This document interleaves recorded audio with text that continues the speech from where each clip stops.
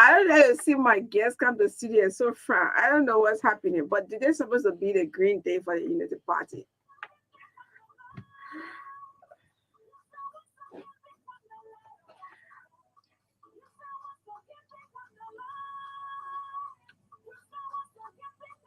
Former opposition. They put in position now. And they put be strong opposition. Yes.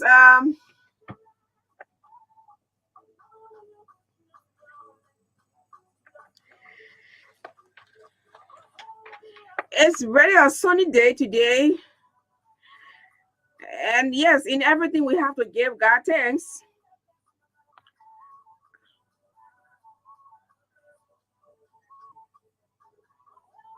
All hail Mama Liberia. Good afternoon. Good afternoon. What are you doing to contribute to society? What are you doing?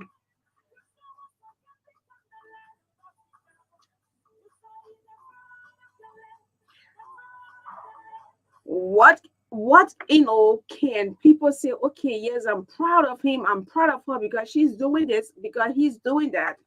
You don't have to work in government before we know that you are serving.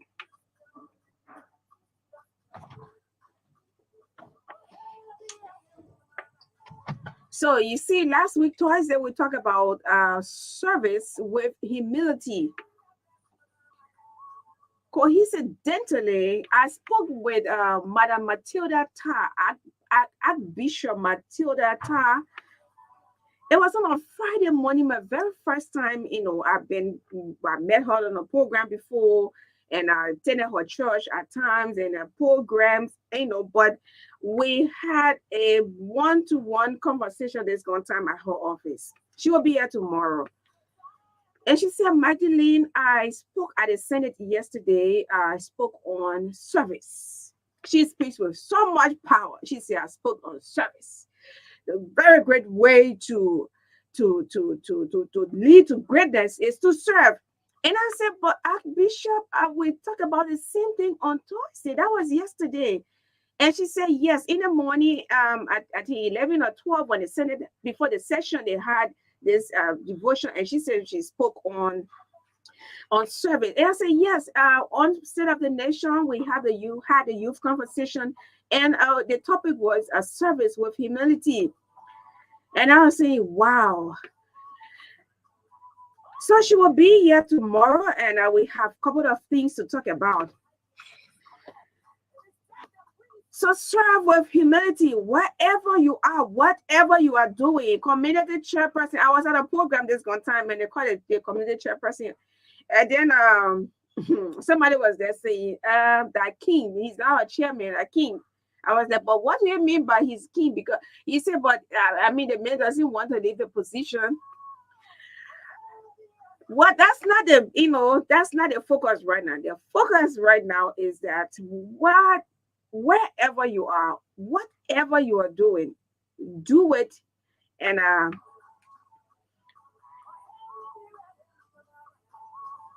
be glad that you are doing it. Be glad that you've been chosen to do it. Do it with passion, do it with humility. And I want to say happy belated birthday to Terrence TC Woods. Yes, somebody was saying, oh yeah, but Terrence's birthday, I think, was 2 days ago, I think on Sunday or Saturday. But this was my message to Terrence 4 years ago when he served as the president of the 20th graduating class of the AMEU, where I graduated 2020 from the AMEU. And at the time, during the COVID, it wasn't easy to be a leader of a graduating class where sometimes you don't even meet.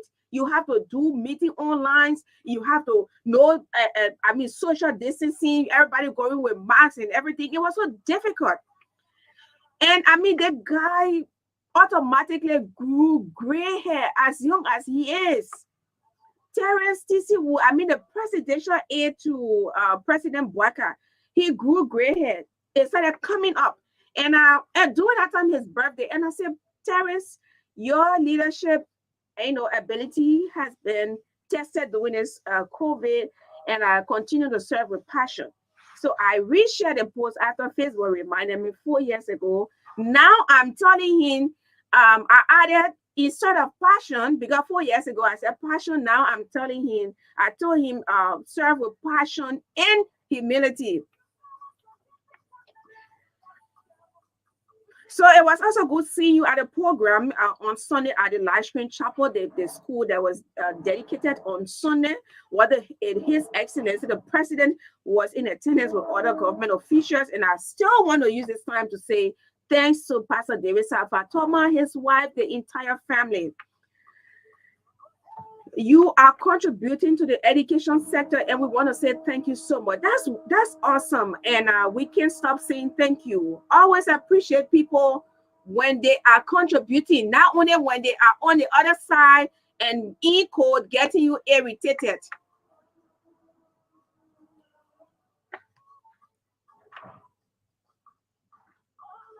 All right, Liberia. So I've come back to ask you, what are you doing? So I appreciate people who are contributing to society. It's not always about being so critical. I always say our goal is to make Liberia better. If anything contrary, meaning you are very selfish.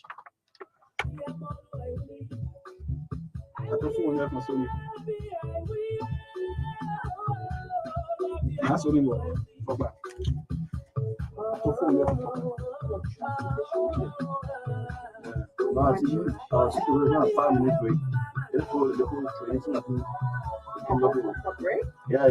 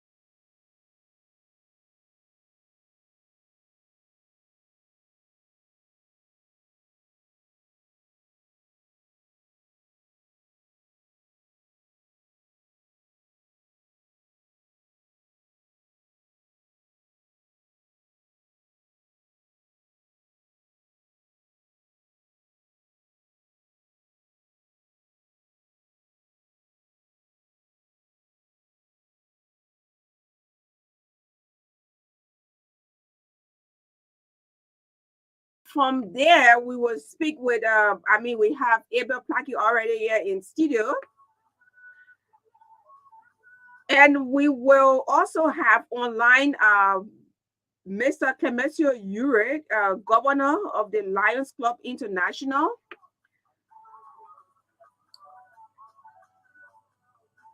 The Lions Club, according to them, is a humanitarian organization, and we will host him online to hear more of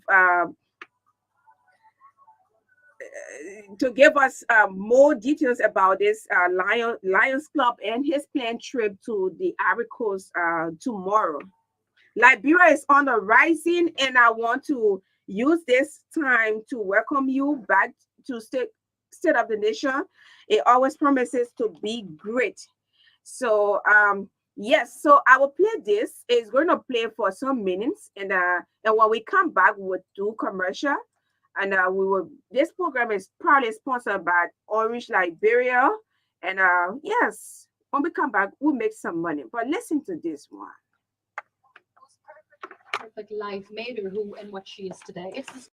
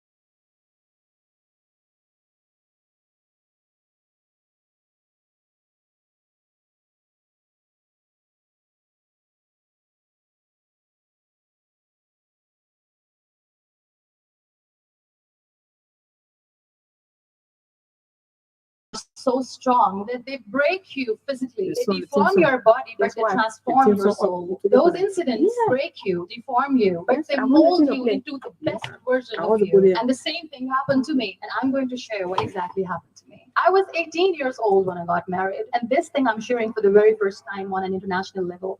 I was 18 years old when I got married. I belonged to a very conservative family, a Baloch family, where good daughters never say no to their parents. My father wanted me to get married, and all I said was, if that makes you happy, I will say yes. And of course, it was never a happy marriage. Just about after 2 years of getting married, about 9 years ago, I met a car accident. Somehow my husband fell asleep. The car fell in the ditch. He managed to jump out, saved himself. I'm happy for him. But I stayed inside the car and I sustained a lot of injuries. The list is a bit long. Don't get scared.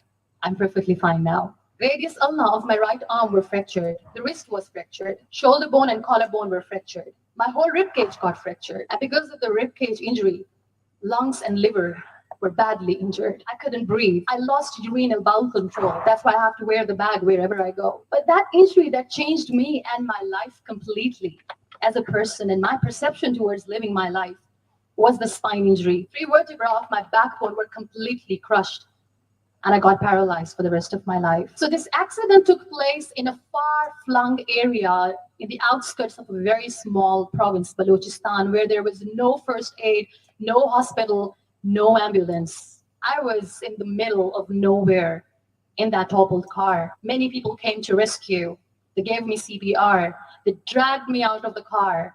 And while they were dragging me out, I got the complete transection of my spinal cord. And now there was this debate going on. Should we keep it here? She's going to die. Where should we go? There is no ambulance. There was this 4-wheeler Jeep standing in the corner of the street. They said, put her in the back of the Jeep and take her to the hospital, which is 3 hours away from this place. And I still remember that bumpy ride. I was all broken. They threw me at the back of the Jeep and they rushed me to the hospital. That is where I realized that my half body was fractured and half was paralyzed. I finally ended up in a hospital where I stayed for 2.5 months. I underwent multiple surgeries. Doctors have put a lot of titanium in my arm. There's a lot of titanium at my back to fix my back. That's why people in Pakistan call me the Iron Lady of Pakistan. Sometimes I wonder how easy it is for me to describe all this all over again. And somebody has rightly said that when you share your story and it doesn't make you cry, that means you're healed. Those 2.5 months. Okay, so I'll hold you right there. And on Friday, just follow us for more of these audios. I mean, they are very, very inspiring and just there for you. I mean, you who, I mean, giving up all hope. You feel all hope is lost. I mean, others have gained strength and they are moving on. But just to inform you before we take commercials, Yanti Samuel, Yanti Tokpa works with OK FM, and he's reporting just 10 minutes ago. He said another gas tanker fell around BWR in Kolkata, but some group of folks are there taking away the petroleum products from the tanker in similar fashion to the Salala Bon County situation. And he said he gave credit to Classic TV Liberia. So that's it for now. Please tell your people to stay away from the tanker. Let them stay away from the tanker. It's around BWR in Kolkata.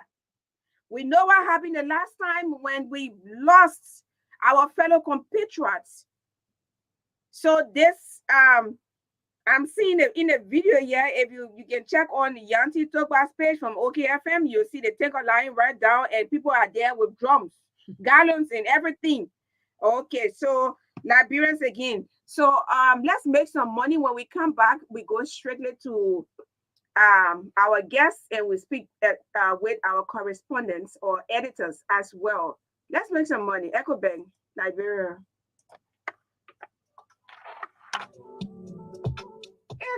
What happened to you? So today, I worry. I need to pay McDonald's school fee first thing tomorrow morning. And today is Sunday. I finished and get worsened. But there are no problems here at all. It's possible you can still pay it tomorrow. Lord, I tell you, you're not level. I'm not joking. If you can't help me, tell me alone. Yeah, I can help you. Oh. Let me ask you, have you heard about Ecobank Money Emergency Number? You say what? Just leave me alone. I'm telling you, I need to pay my money tomorrow morning first thing. And they be okay, wait, no class. They can't help me. But you're not even going to the bank, Tamo. All you have to do is to dial *326# and request for 50% of your salary. You will pay Ecobank back within 30 days, and they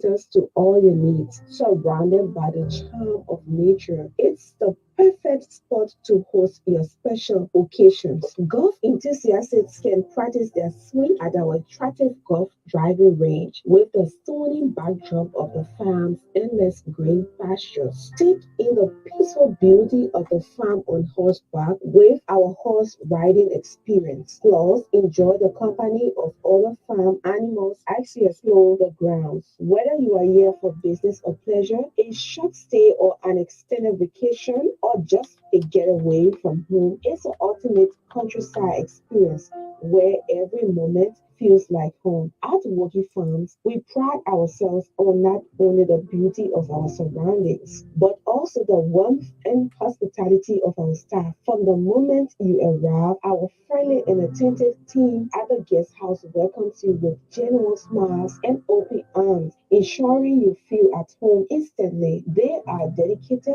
to making your stay as comfortable and enjoyable as possible, going above and beyond to accommodate your needs and preferences. At our bars and restaurants, the staff's attentiveness is second to none. Whether you are dining indoors or enjoying a meal, our wait staff are always nearby, ready to offer personalized recommendations and cater to your tastes. With an eye for duty and a passion for great service, they create a dining experience that feels both intimate and effortless. From the moment you take your seat onto your last bite, our team ensures every detail is taken care of so you can simply relax and savor the flavors of our cuisine. At Woki Farm, exceptional service is more than just a promise, it's a way of life. We are located in Kingsburg along the Kakata Highway. You can also visit our Facebook page at Woki Farms, or better still, call us on 0881 248401. Please tell the folks at Woki Farms, Magdalene Saah sent me here.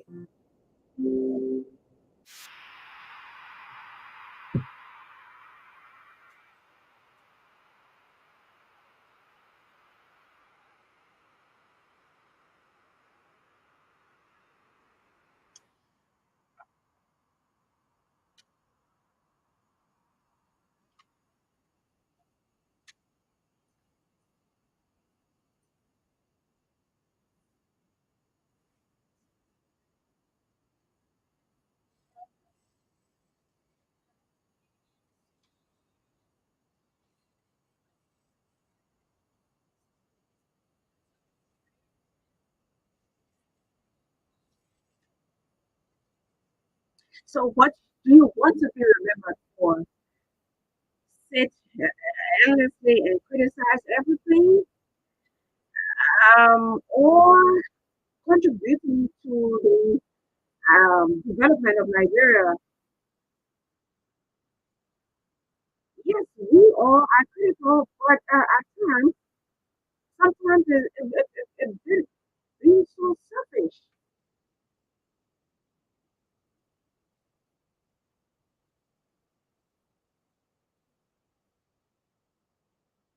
Nigeria, we have time in so many things. 177 years old.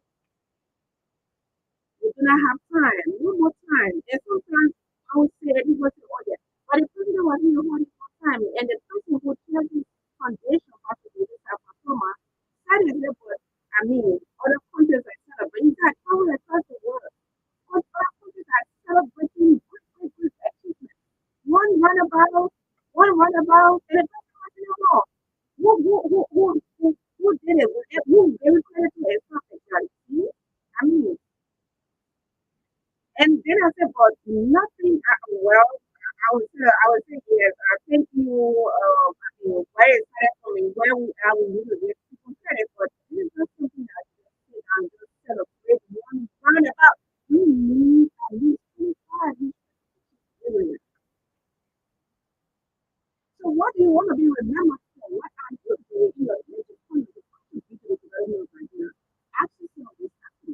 This song is for you. So the folks they are working times, good afternoon, and then head of marketing, Patricia Myers. I've never seen her getting angry. She's always smiling. Just imagine that kind of person being head of marketing. It's so cool for her. where are you from your business? I hope you're getting to talk for me. I've seen a lot of people over there. I hope you're having a wonderful time. I mean, wonderful time. Listen, I mean, to get the money. Enjoy it. Don't be too serious. You can be a people that you want to do it. It's a great process. Yeah, do it small, small. That's what you're doing. So, if I like you share with me today, do the show together. Yeah, he's familiar today. He has signed a new year today. So let me first of all quickly to I'll open his market to listen to the governor, Europe, who is the governor of Lions Club International, the first Nigerian for that matter. Yes, sir, you are on state of the nation. If you don't have it on. Okay, so you you are the governor of the Lions Club International. So tell us about the Lions Club International.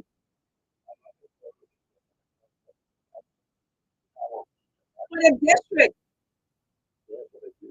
Okay, I'm sorry. So tell us about the district. You are the governor of the district 403A2. So tell us about this Lions Club International.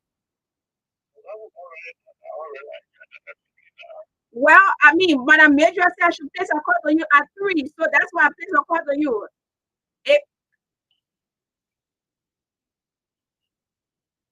so, but you are on the radio now. If you want us to do it, research here, so please talk to her because she asked me to call you now.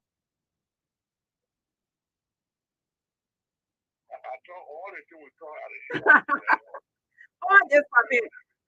You on the radio, she had read this interview. So okay, if you visit right now, that's okay. But she had read this interview. I don't want to get in trouble with Madam Major.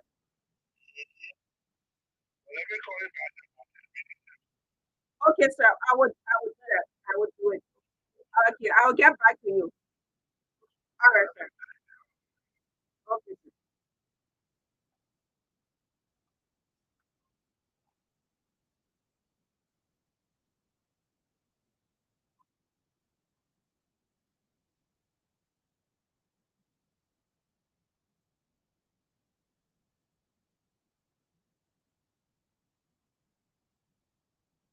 Okay.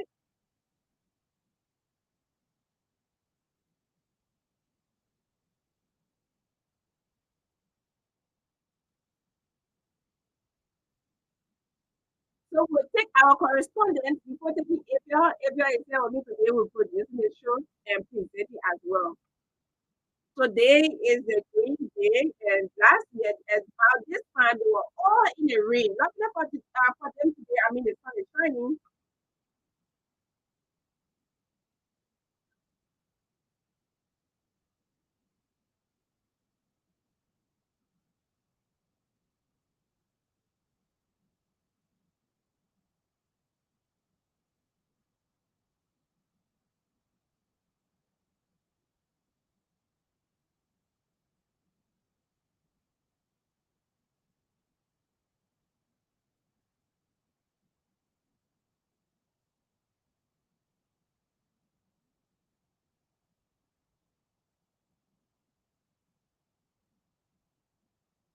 So yes, we're about to go to my DP and speak with our editor that in one word, Dickens.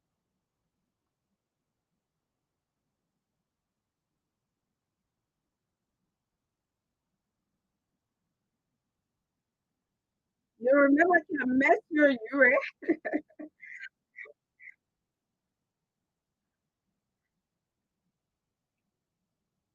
He once ran in Monterey County. Yeah, so about this time, the governor of the Lions Club International, and we had a very great interview with him just a few minutes ago. And thanks to all of our media police who were in attendance. So it's compliment But now we are going straight to my computer with Emmanuel Davis. Yes, so, he's a station manager at FM. And I was told this morning, legislative um, my FM was shut down. We want to get more details about that. That my FM, yes, sir. It's going to happen on. Hello. I mean, can you speak to? I mean, are you in a situation or can you speak? Yes. Congratulations to you, Secretary General of Alico. Thank you. I have with my package. Which package was? And the lead moderator of the State of the Nation. So that Oh, yeah, I told him you would get you soon. All right. So, did you receive any information from Grand Gita this morning about a community radio being shut down allegedly? since last Okay. was Okay. also great. Okay. We last Thursday with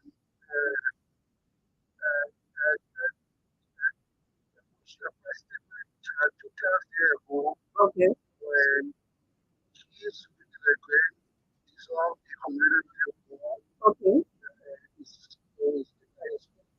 which was very happy and we were all the Ghana affairs minister to conscious and superintendent that were very, very Okay. and subsequently it was reported that a group of men stormed the station in the night and they shut the station down. And as a result of this, there have been different condemnation, including the civil society Mm-hmm. council in the area issued a statement. I'm told that since then the superintendent have now reverted to standard course, but yet we are gradually trying to engage the issue, Mm-hmm. and there will be an executive meeting of the association tomorrow, Mm-hmm. and along the way there will be further statements in regards to how we address the situation in Grenville, because this is a recipe for chaos. Is if people want to take these radio stations as political ownership, then it means that there is trouble.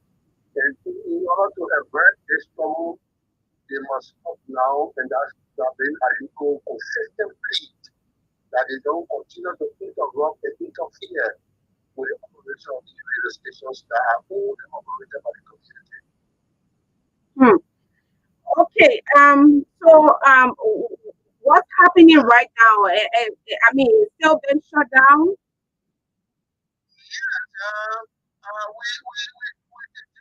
declared by the country because the same is a by the superintendent ordered that they shut down the radio station, Mm-hmm. and the surrogates of the superintendent were issuing threats at him. Okay. So he left the county, so he's not in the county now. And tomorrow our meeting will further outline the details of what really is happening, Mm-hmm. and we'll communicate that to the public. Okay. So you said mass arrest in power test. Yes, about 23 people, mostly considered some of the eminent business people in Canada, were arrested yesterday for reportedly stealing current for REC power grid. And since the legislature got restored to Canada in 2020, Uh-huh. through the course of the COVID-19 crisis, the issue of power theft have been hard because Mhm. accordingly, most people over the years are not getting used to paying for electricity. So the government see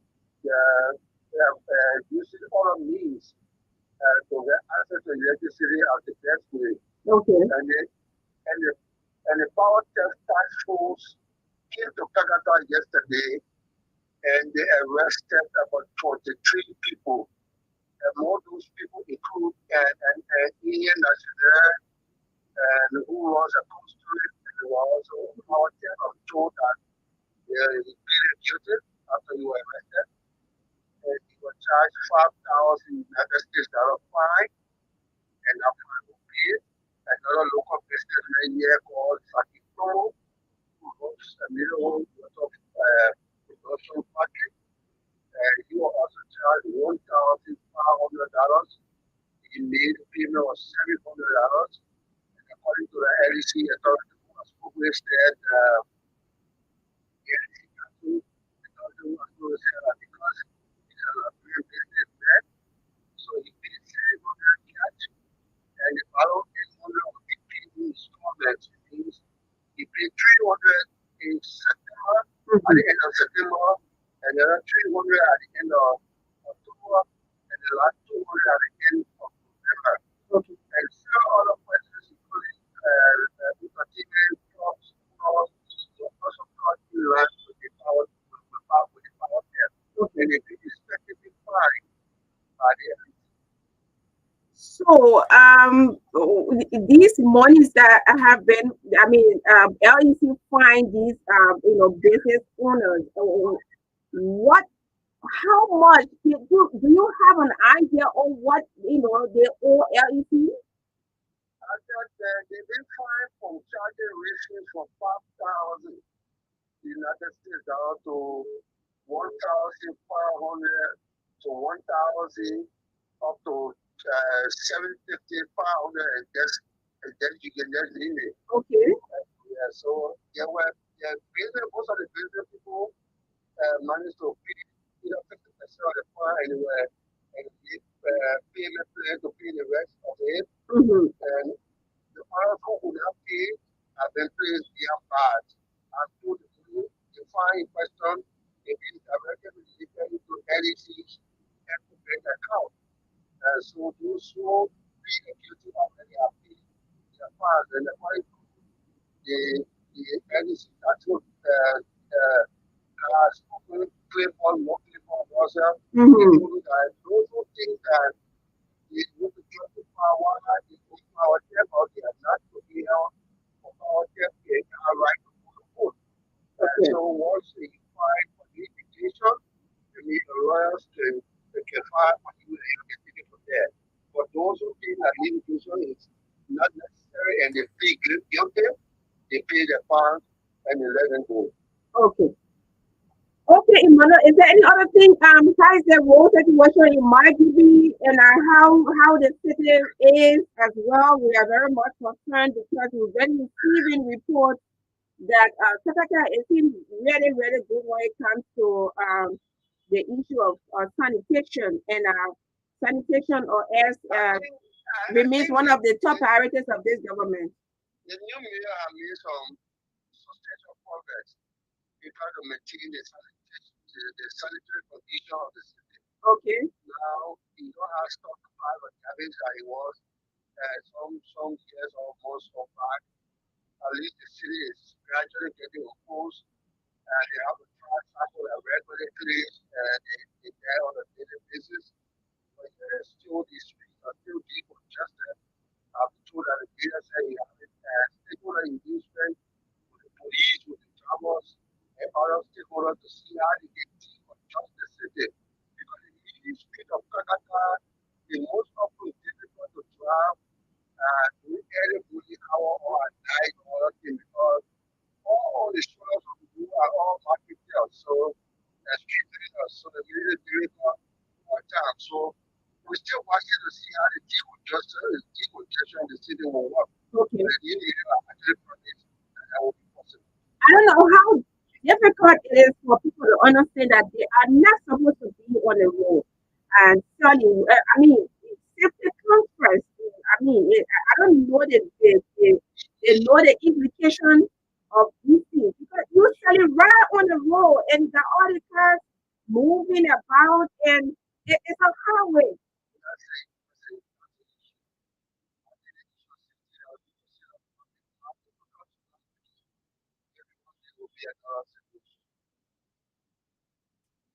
Okay, your party comments, Emmanuel.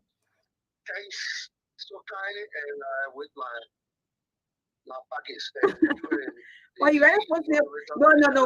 What? No, I gotta do something in the afternoon. What? No, you think you reminding me that they on the radio? No, I gotta do something. What arrest me? No, I gotta arrest you right now. I think somebody needs to arrest me today. All right, Emmanuel, thank you. Okay.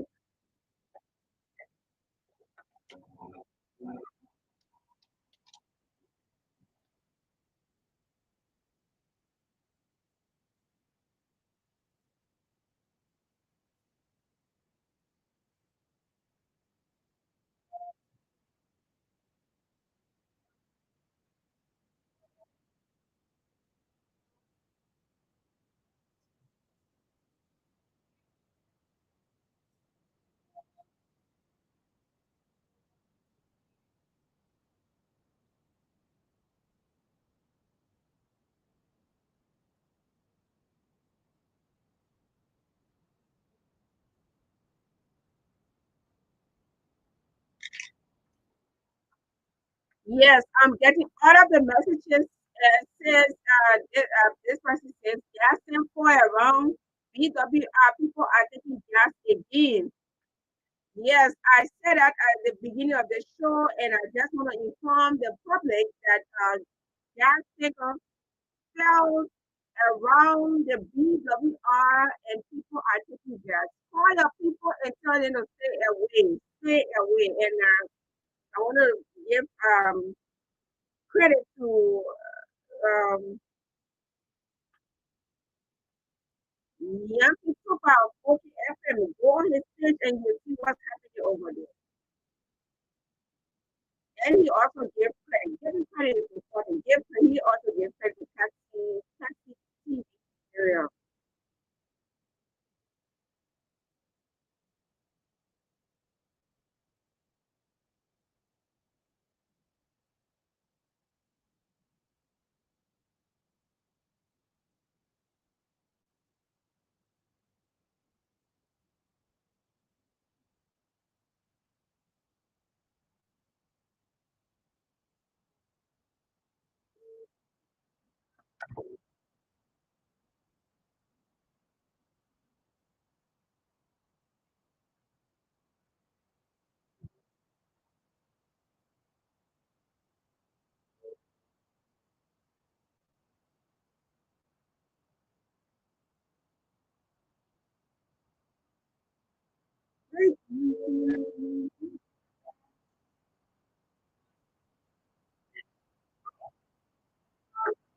I yeah, that's a minute there.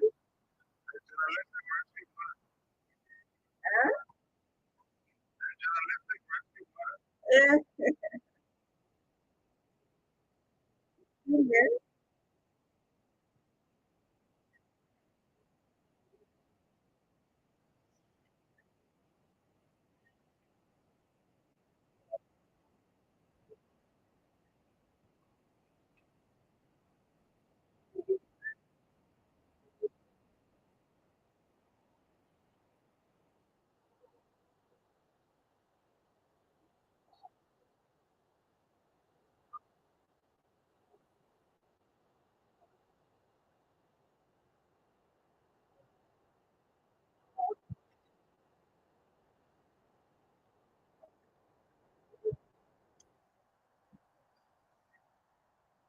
Okay, so we're taking flight. We are actually running out of time, but we have to go to the office right now and take our editor, Rashford Gardiner. How you doing, Chief?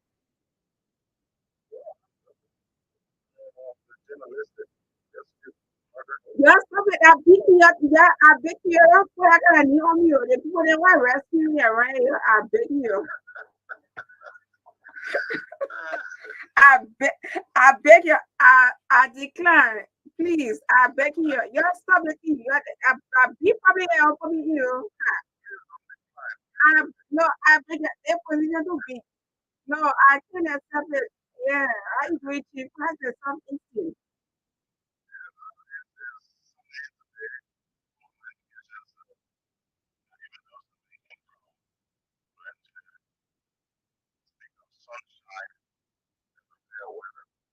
Okay. Okay. So, what's trending? Yeah, and you want to fill up with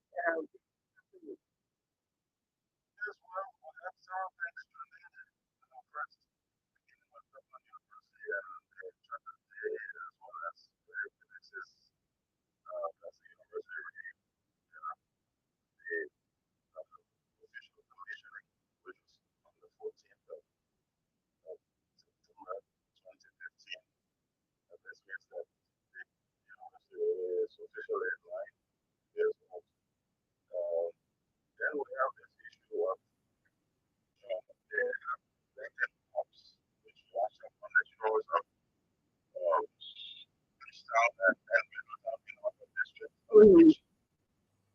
So last week we had a missing person as a result of a capsize of a canoe. Mhm. Some fishermen went out on the usual, fishing trip. This included one Liberian by the name of George Clark and a number of Ghanaian Fanti fishermen. Mhm.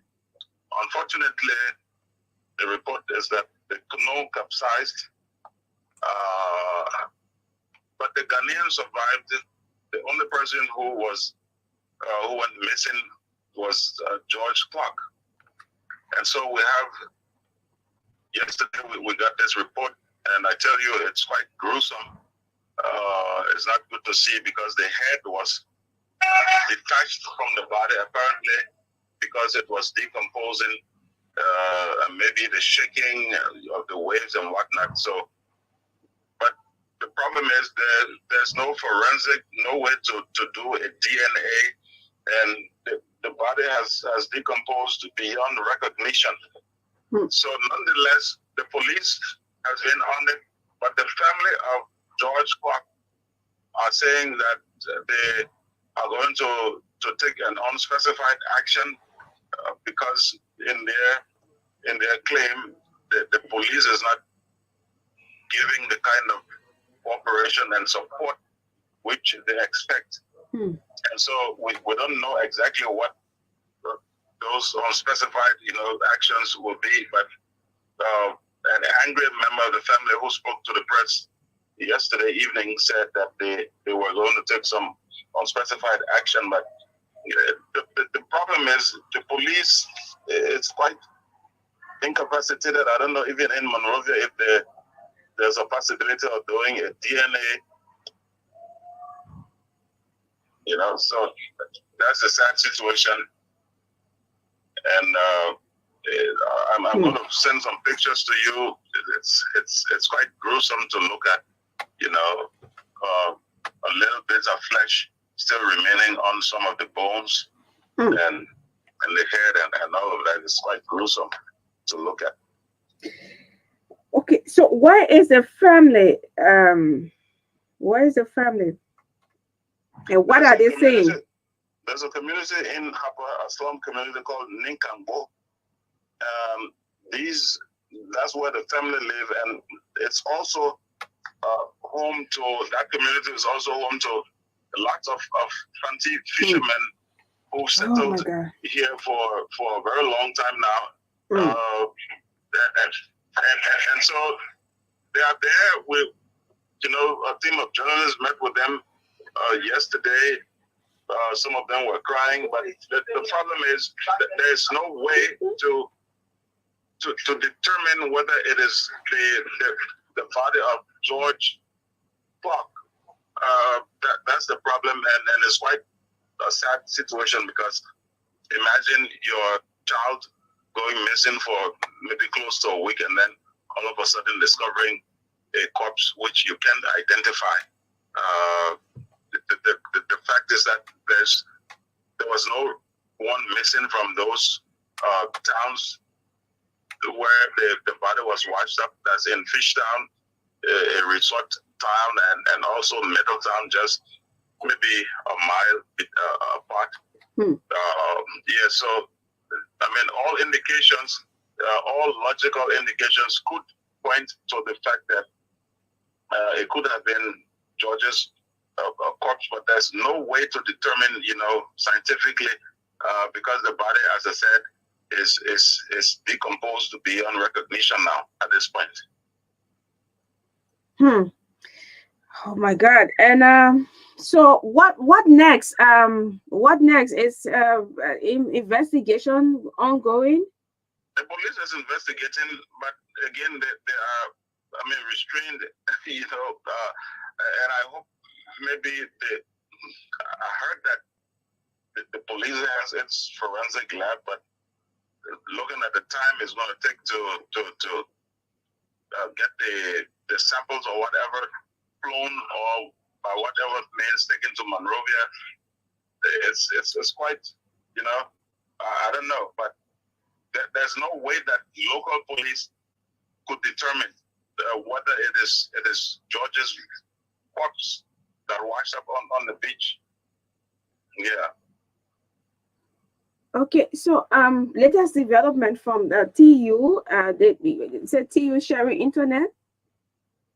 Yes, the Tapa University administration decided to create this ease of access using the Starlink from Elon Musk's SpaceX, and they've managed to cover 1, 2, 3 locations, strategic locations in Harper, and now they've extended to the commercial city of People, which is, of course, by far more populated than Harper. Okay. So the details, though, will be later, but they are currently on a test period of for now, which may last till a month or so, and the students are quite happy about that because this is the first of its kind, to have Wi-Fi. I don't know if any other city in Liberia has open Wi-Fi, out in the streets where you can log in and access the internet. So the director of information technology,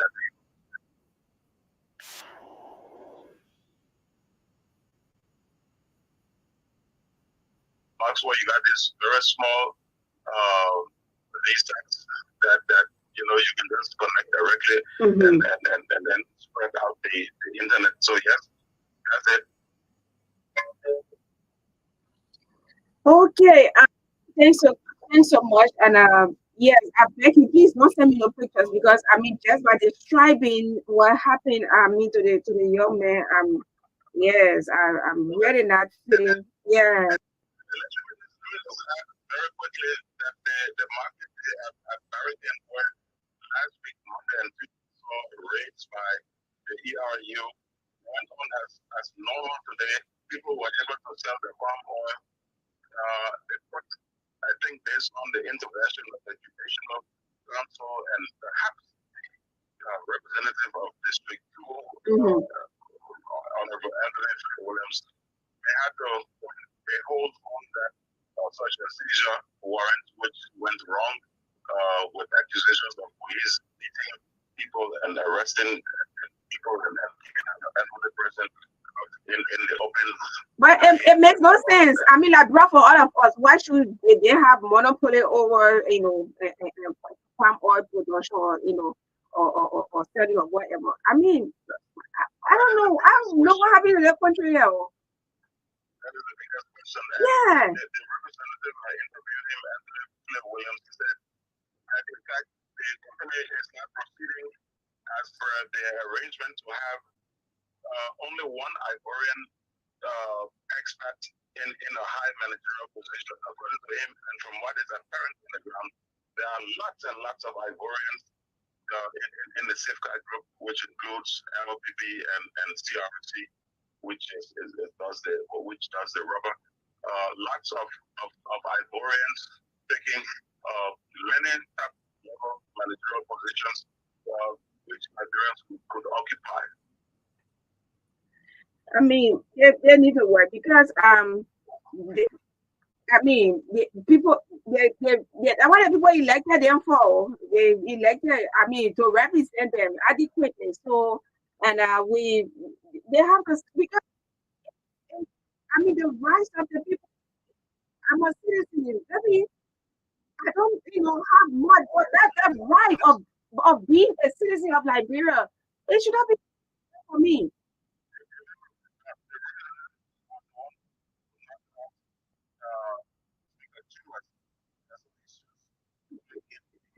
And he was quite angry when I interviewed him. He said he was going to follow it up to the letter, especially given the reports. But why you bringing all story here? We already know. I mean, but do you want to link what's happening with the former speaker, who was the lawmaker of that district?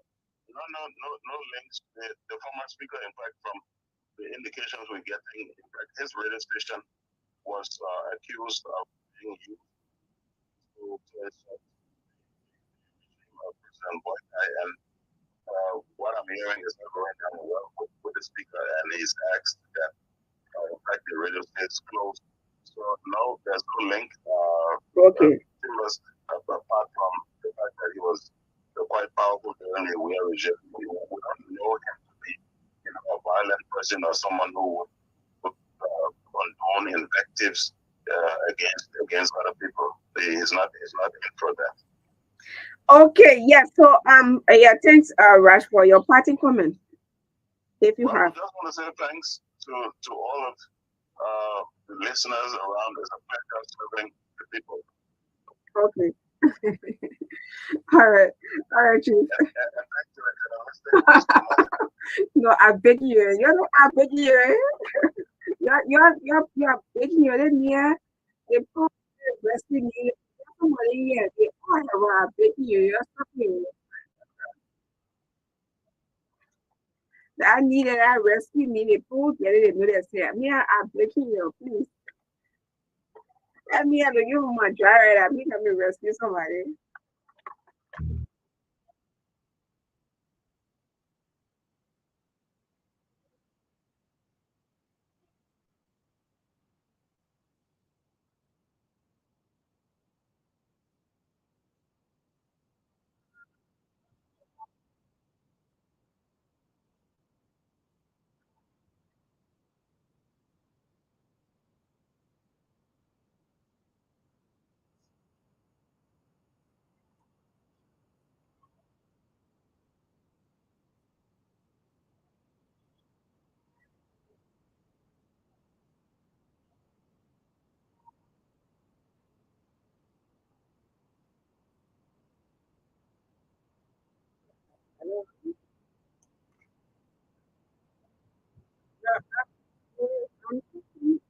You still want us to go on the interview?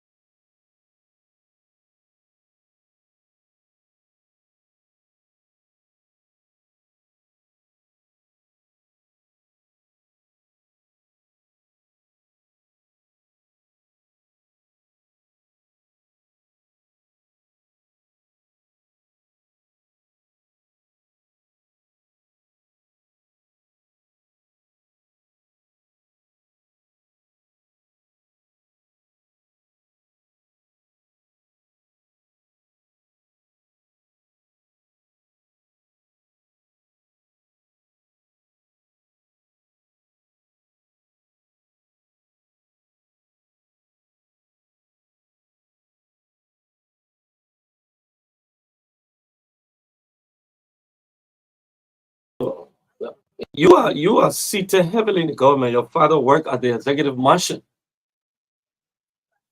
But you say our government, so it's all of us government.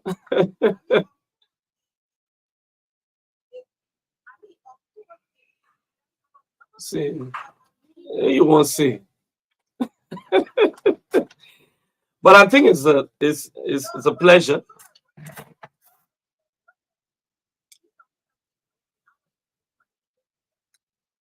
No, yeah, you've been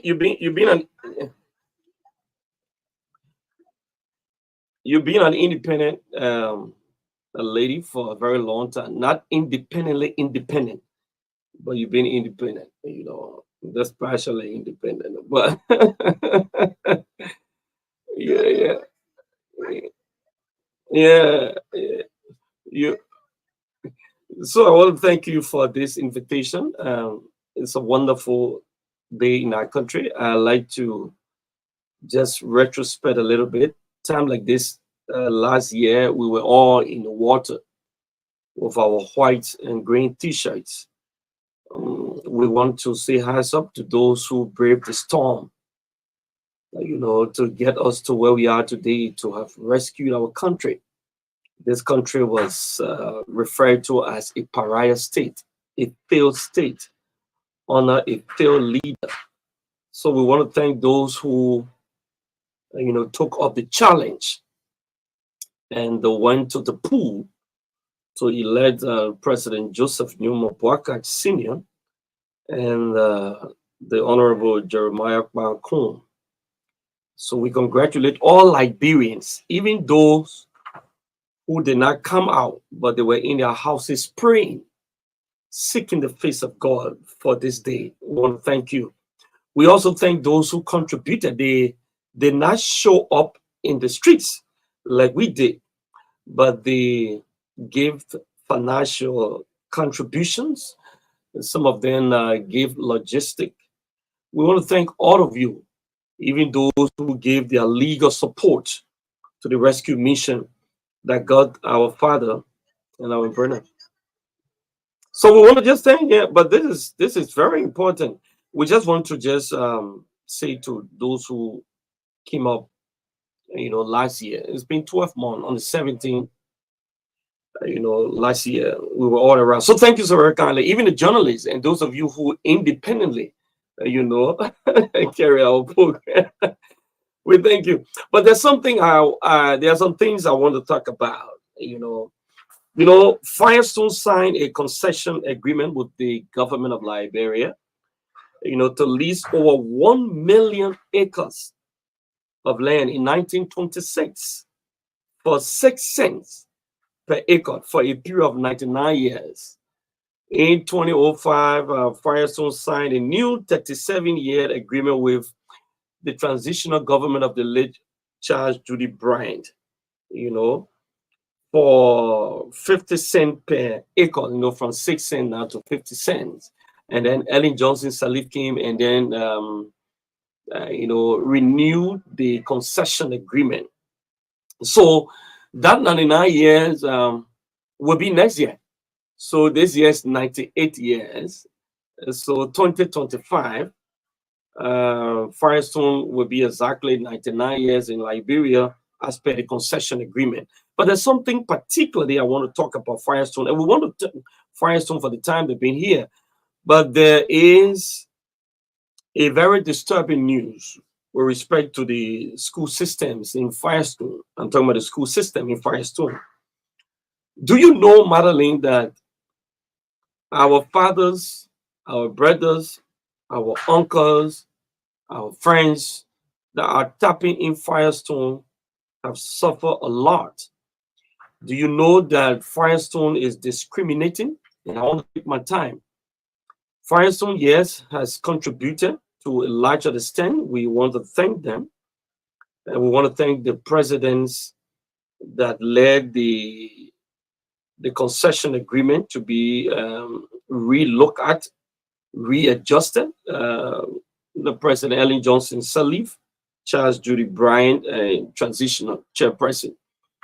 But the Firestone school system is I can say attempting, they have gotten into a serious disadvantageous position. Do you know when you are in the 10th grade and you are in the 11th grade, once you are in the 10th grade, you're in 11th grade, and you are age 21, those are the classes you are allowed to sit in.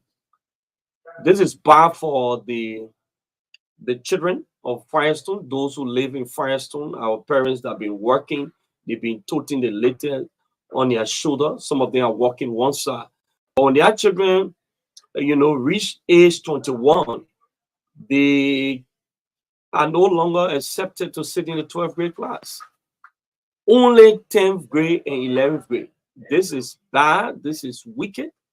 We are calling on the Ministry of Education to quickly intervene. It is wrong. It is unacceptable for the parents who are working daily for Firestone, and their children cannot sit in the 12th grade when they are 21 years old. You are only allowed when you are 21 to be in 10th grade, 11th grade. The moment you hit the 12th grade, you are not accepted. What reason? Firestone needs to explain. Even if they explain this is preposterous, this is bad for the workers of Firestone to experience such discrimination.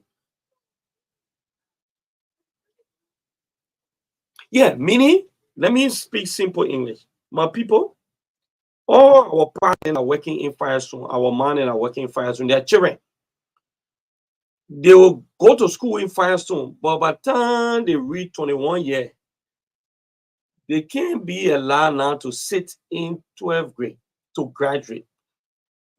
They can only be allowed to sit in 10th grade, but they can't be allowed to pass to the 12th grade and sit down and remain in Firestone. The reason Firestone doing that one, we know. So we call it on the government, particularly the host that all the school plower in Liberia, they call the Ministry of Education, to look into that matter, because the people are suffering. You cannot reach at such level and then you deny the child or the children whose parents are struggling and been working for Firestone, that they cannot graduate or they cannot sit in 12th grade because they are age 21 or they reach age 21. This is not good.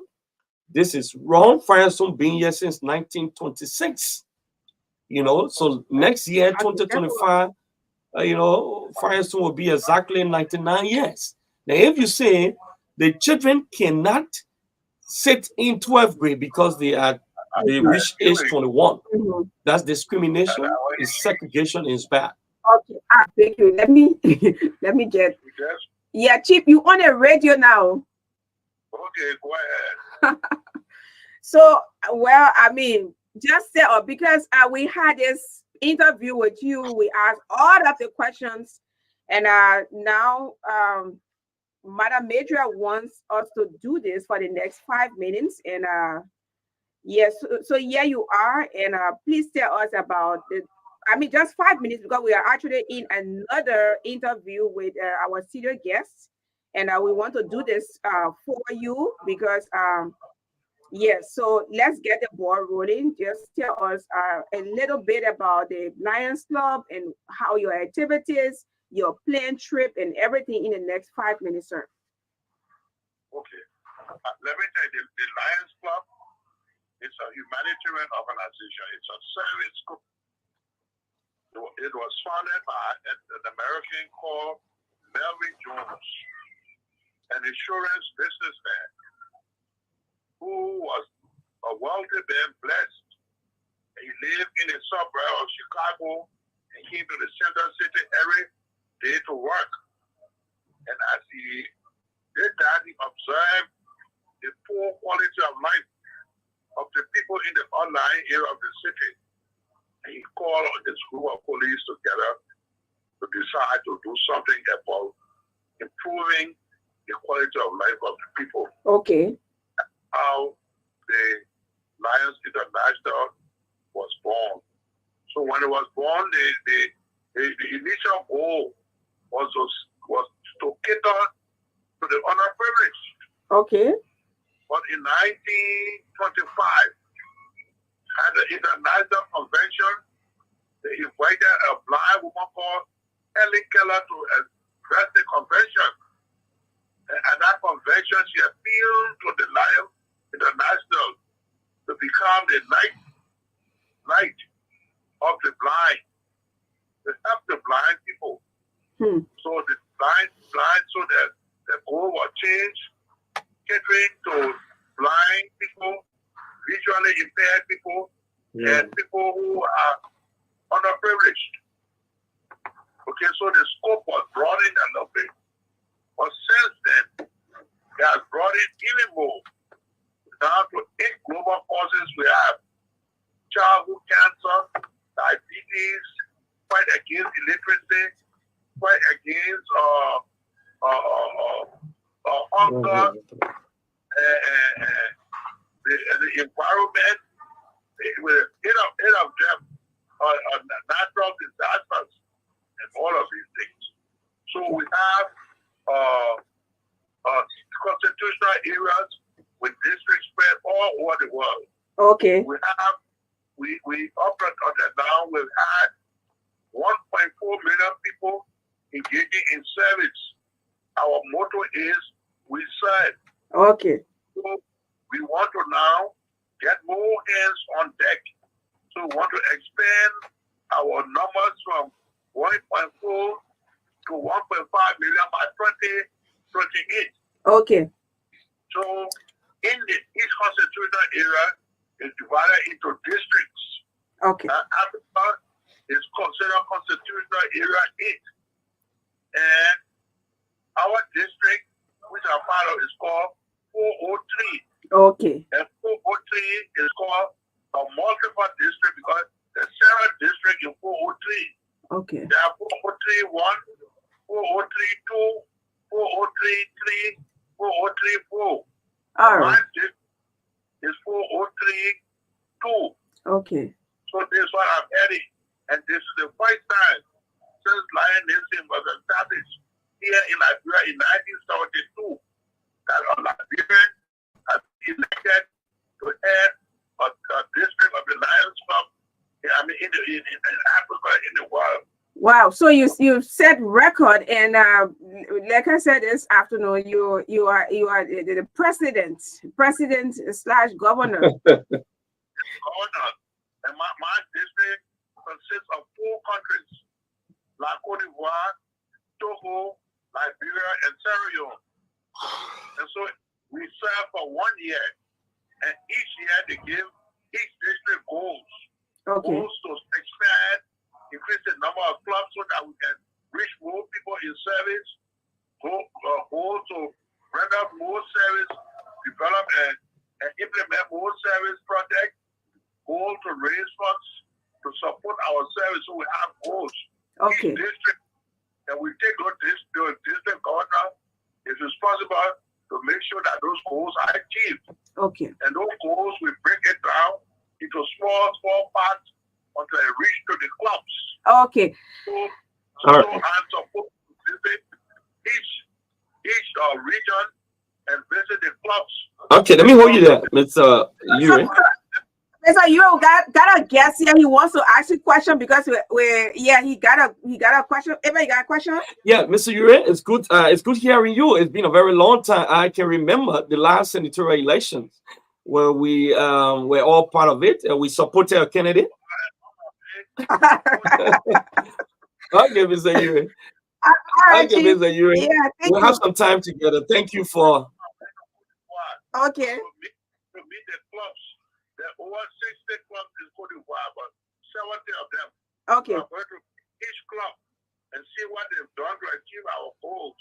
Okay. We'll sit down, we'll discuss, we'll see the strategy and see how well they are doing. So I will be there for 2 weeks.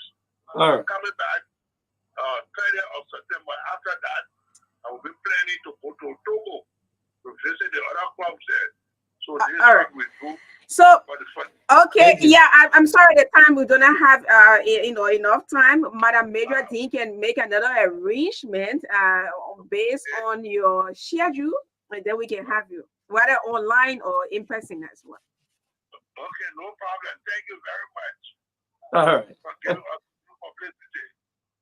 Okay, so you're welcome. Okay, bye-bye. Okay, all right. Yeah. So yeah, you see, it's been a very long time.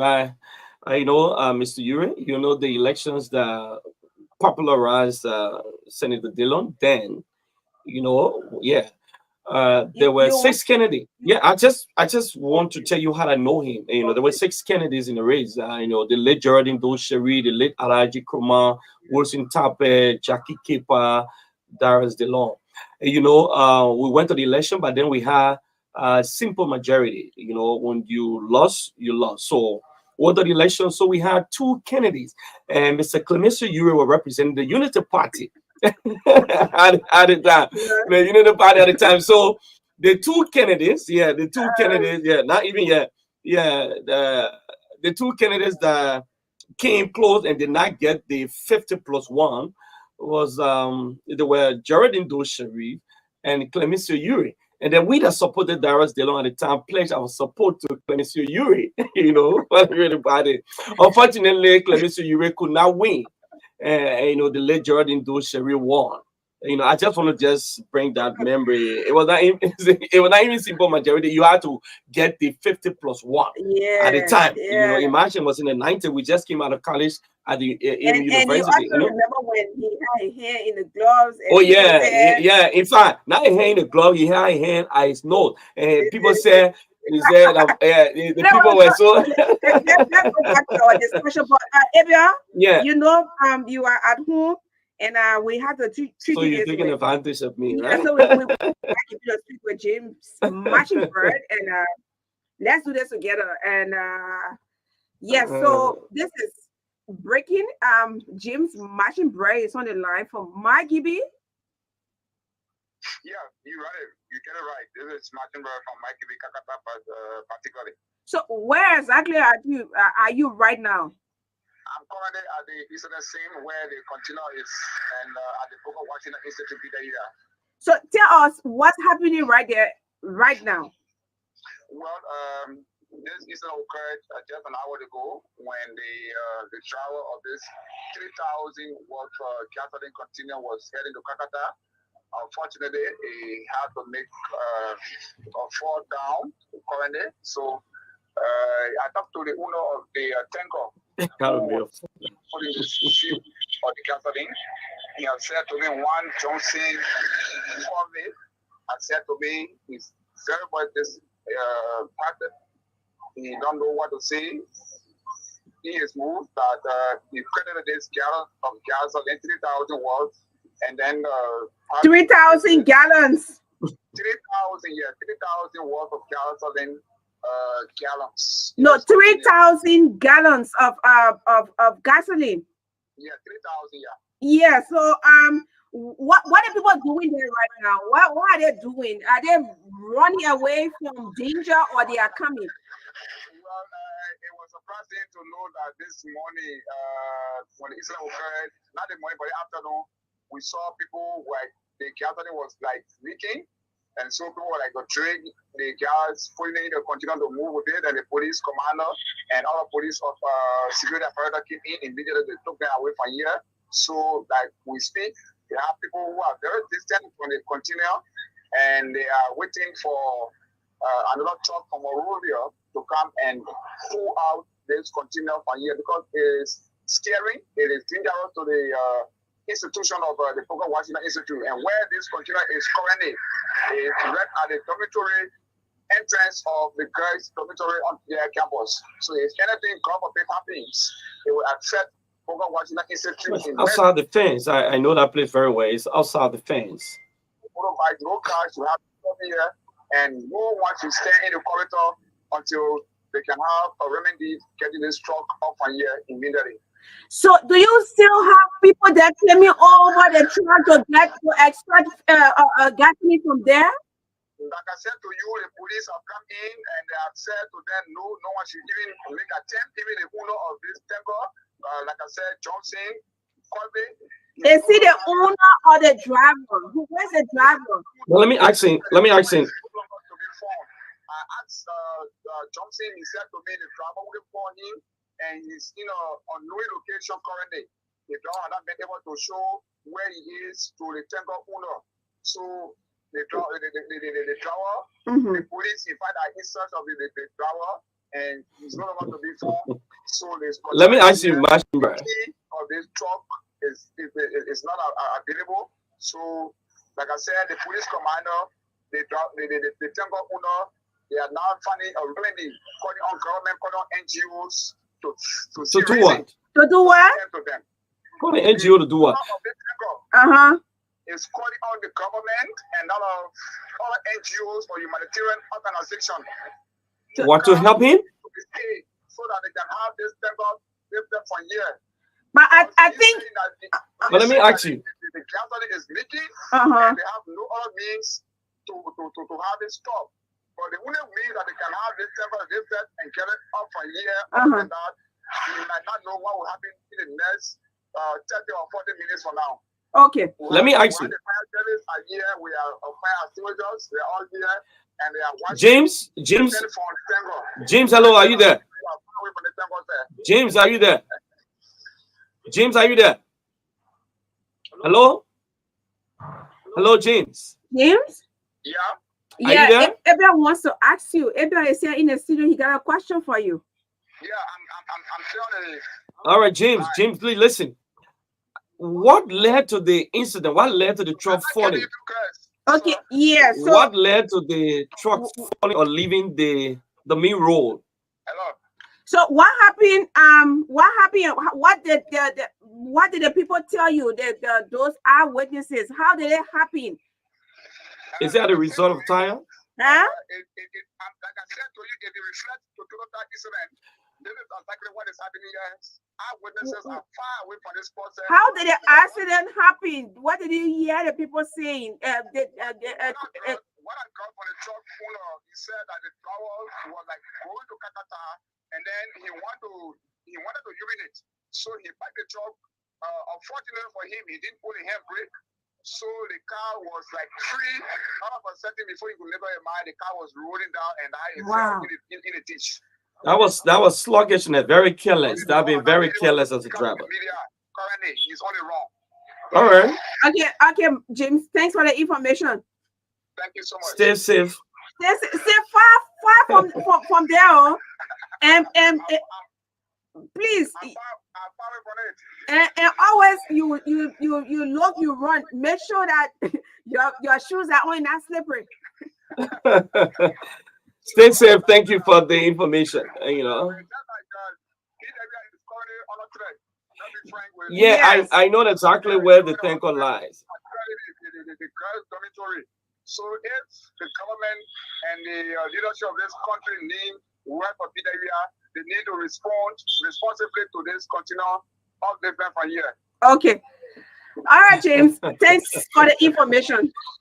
Just imagine, bro. Okay, but why you keep laughing? Just imagine, bro. I like it, you know. Yeah, I know. I can tell. I like it. So back to our discussion. You know, like I was saying, with a Firestone, but where the tanker lies, I know exactly. It's outside of the fence. It's not in the fence. When you come from the bridge, that's the Do River Bridge. The moment you cross the bridge, yeah, that's some. He's just one of the recklessness we talk about. And you cannot be very careful in putting. You see, showing. Look at.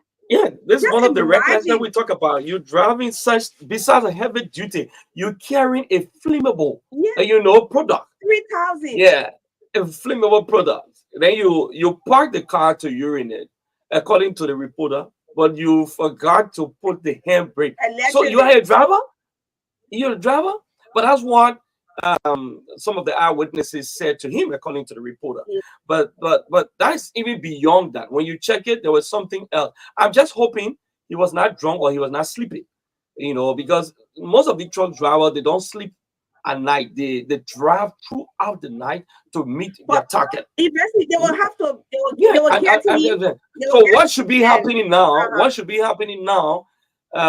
They should get a jack truck to lift that truck. You can call NGO. NGO does not have what you calling NGO. Calling NGO to do as opposed to come to his aid. Come to his aid and things. I think the police need to put a barricade, so citizens don't come to steal the gas in doing that. And the police gotta be careful. I still have one of them, and I don't know what that guy is badly wounded.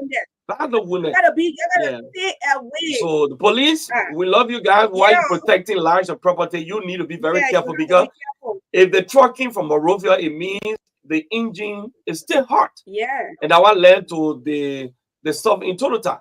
Because people were busting and taking the gas, the engine that was hot, the gas wasted on it, and the high just crossed out.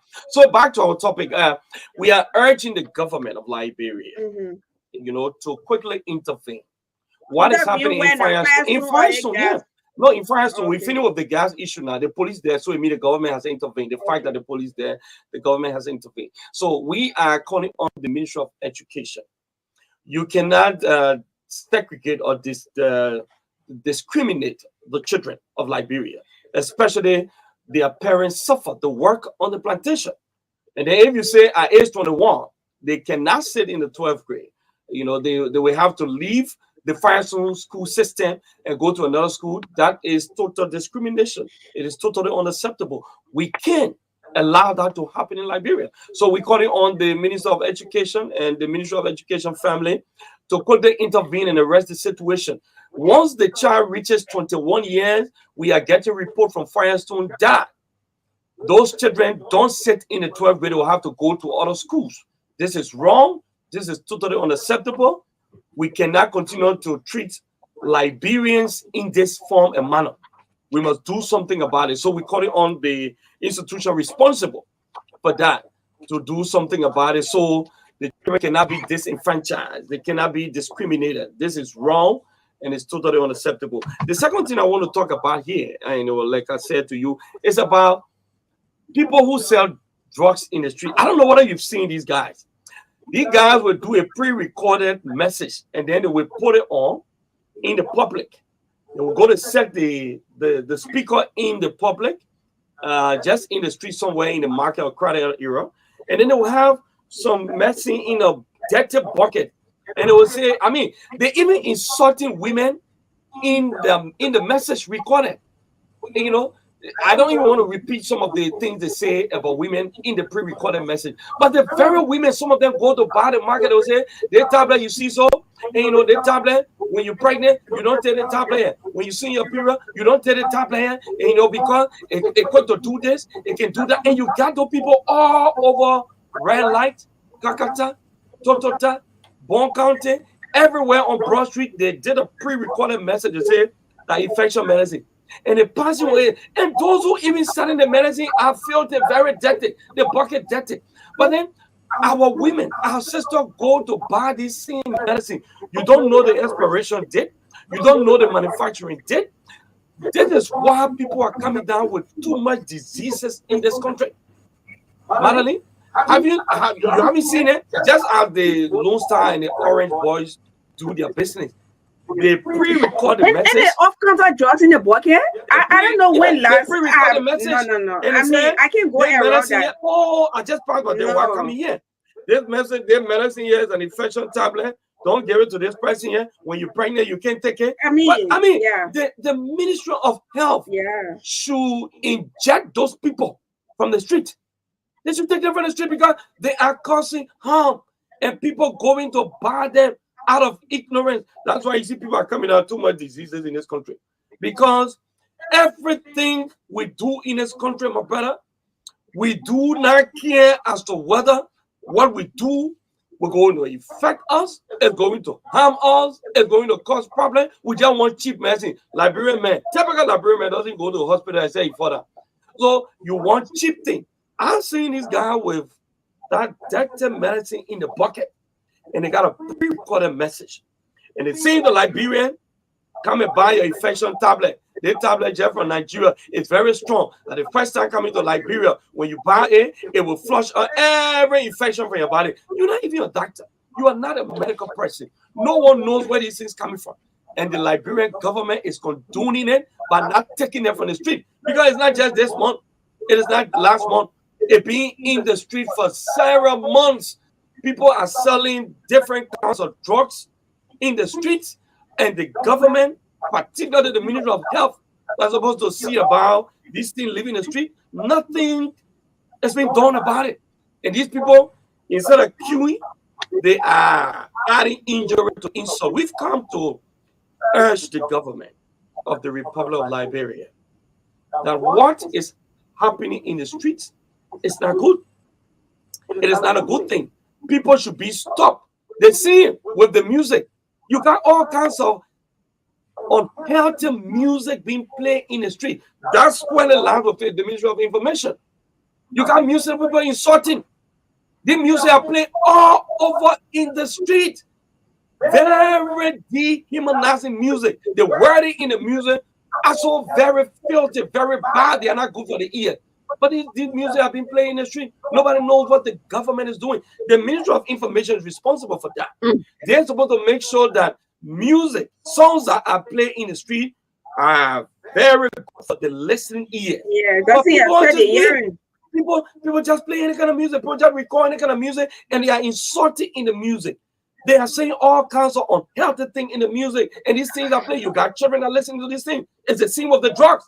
If these people do not leave the street, they're going to cause more harm. All kinds of people, even the guys you see, the guys of guys who selling something like liquid looking yellow, like orange, under their arm, and they say the liquid is for cold. No one knows the quantity that you're supposed to take in. No one knows where it comes from, what it's being made of, but they are in the street and they are sold to Liberians. Those medicines are sold to Liberians. So I mean this is wrong. We've come to caution the government of Liberia and even Liberia. Stop buying these medicines. So you see, I don't know whether it's poverty mixed with ignorance. You know, I'm still trying to fathom, because the last time I went town and I got the audios there on my phone. I think Ministry of Commerce went to West to dump the sport, rice and frozen food. The people went there, they overpowered the security and they dug it out. Can you imagine that? And everybody, I got it recording here. Can you imagine that? Can you imagine that? They took the rice, they carry home. It was in the community. They're doing kobo, they're cooking the frozen stuff that the people went there to go and bury. They said they dug it. That's why you see people just dying in this country. People just getting sick. I mean, people just sick in the country. It's not about poverty. No, that ignorance, that stupidity. You know, Toba? Yeah. The late President Toba, one of our presidents, he said Liberia problem is three things. He said poverty, disease, and ignorance. Look, the level of ignorance in this country and stupidity. It's not just poverty. You know what happened the last time in December? Just December, we lost almost 1,000 plus human beings died in total time. No, now, 100. 100. Who told you 100? Not 1,000. No, people died more than that. That 1,000. No. Did you listen? I'm telling you. Did you listen to Dr. Francis Kete, the former chief medical officer of Liberia? People died. There were people that were taken to the hospital, and those people did not come back. Some people now are disabled. Let me let you know. People died. The number is huge. The same thing is not taking place in Kakata City, Magibi County, and people are forgotten. People running to get gasoline. So it's the same thing we're talking about here. People selling expired drugs in the streets in a bucket, and police people passing other people that do nothing. Then you got a pre-recorded message. And they're telling you, say, there's medicine just from Nigeria, that infection tablet, when you take it, you get gonorrhea, it will cure it. When you get syphilis, it will cure it. When you get typhoid, it will cure it. When you get hella, it will cure it. But people that can take it, woman, when you see them one year, you can't take it. I mean, that is an insult even to women. There are specific things you don't talk about women in the public. But that thing is recorded, it's pre-recorded, and it is played in the market, in the streets, and some of the very women go to buy these cheap, very nasty, dirty tablets and medicine to take them in. We've come to educate you, my people. You see how people dying too much in this country? Some of the death, the Liberians themselves causing their own death. Some of the death that are occurring here, Liberians themselves causing the death. Because you never go to hospital to check. You never go to clinic to check. Because you are afraid to spend the money because your name is reaching on the money. Some people, the highest money they spend for medicine are $100 Liberian dollars. To look at $50 US, to look at 10,000 Liberian dollars for their health, they prefer buying several bottles of King juice. King juice, several bottles of King juice to drink. Then to use that money to go to the hospital to check yourself. David Cody has a very good program on the TBS every morning, 5 minutes, to conscientize Liberians about your health. There are other health facilities in the country. But my specific interest this afternoon is with the medicine being sold in the streets of Liberia. Everywhere you pass, you will see the guy with their pre-recorded medicine.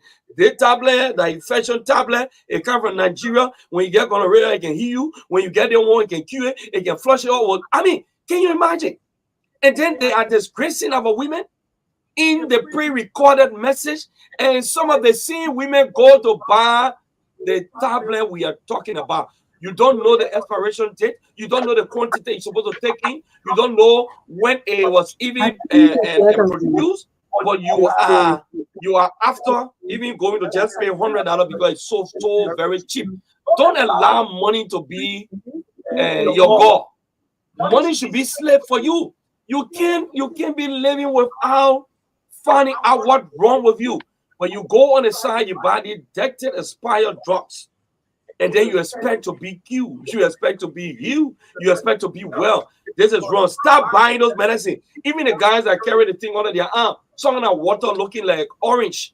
And it will tell you that when you drink it for cold. You don't even know the quantity. You don't even know where it was made. You don't know what they put inside. Whether that urine you put and it makes it, you don't know. You just drinking it for cold.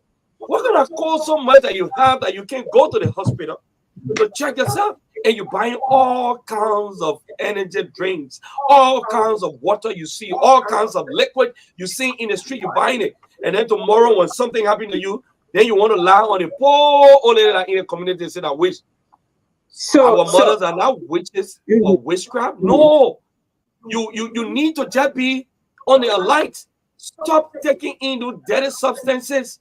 They are not good. People are dying too much in Liberia. People are getting sick too much. And some of the people are getting sick, they got money. But because they're afraid to go to check themselves, they're afraid to use the money, they buy the cheap drugs. Because someone tells them it's for infection. And everything now in Liberia, infection. Go to the hospital to check yourself. Stop buying this drug. We are now encouraging the government to start arresting those who are selling these medicine expired buckets. And the medicine themselves expire, the bucket expire, very dirty. And the person who even selling the medicine looks very filthy. You see the man's feet or her feet, very dirty, with a cloth on you. And then you're brave to go and buy the same medicine? Something wrong with you? They say the medicine should not be exposed to sunlight. The sun, that way the sun shines today. The sun beat the paracetamol. The sun beat down the medicine you guys are selling in the bucket. But then you go to buy only because you are afraid to spend money, but you're not afraid to put several bottles of King juice or alcoholic beverages on the table. But you are afraid to spend money for your own health. Let's begin to name and shame those who are selling those drugs in the streets because they are harming the population in Liberia. Plenty of people are coming that will sick them of people. Stop buying medicine rather in the bucket. Stop buying the pre-recorded medicine these guys are selling around. It is not good. You don't know where it comes from. You don't know how it was produced. You don't know the quantity you're supposed to take in. It is wrong, my people. And we call it the Ministry of Health to start taking the guy from the street. How can you come with a pre-recorded message in the street and you say this medicine is derived from so and so country? When you take it, it will flush gonorrhea. When you take it, it will flush your wall. When you take it, it will flush pregnant woman. You are not a medical person. But you see the ignorance in this country. We need to do better, my people. This country that God has given us, He didn't give to us so we can play mess with it. People are dying too much because of stupidity and ignorance. So that's why we've come to conscientize you. Yeah. It is very, very important for us to inject this in our society because a lot of people have been misled. People are fooling them, and they are making money out of them. So that's discouraging. Yeah, so discourage it. And since we start in the health, talking about the health issue in Liberia, let's talk about how the doctors talk about the doctors. Yes, that's a let's point. say health workers in the various health centers.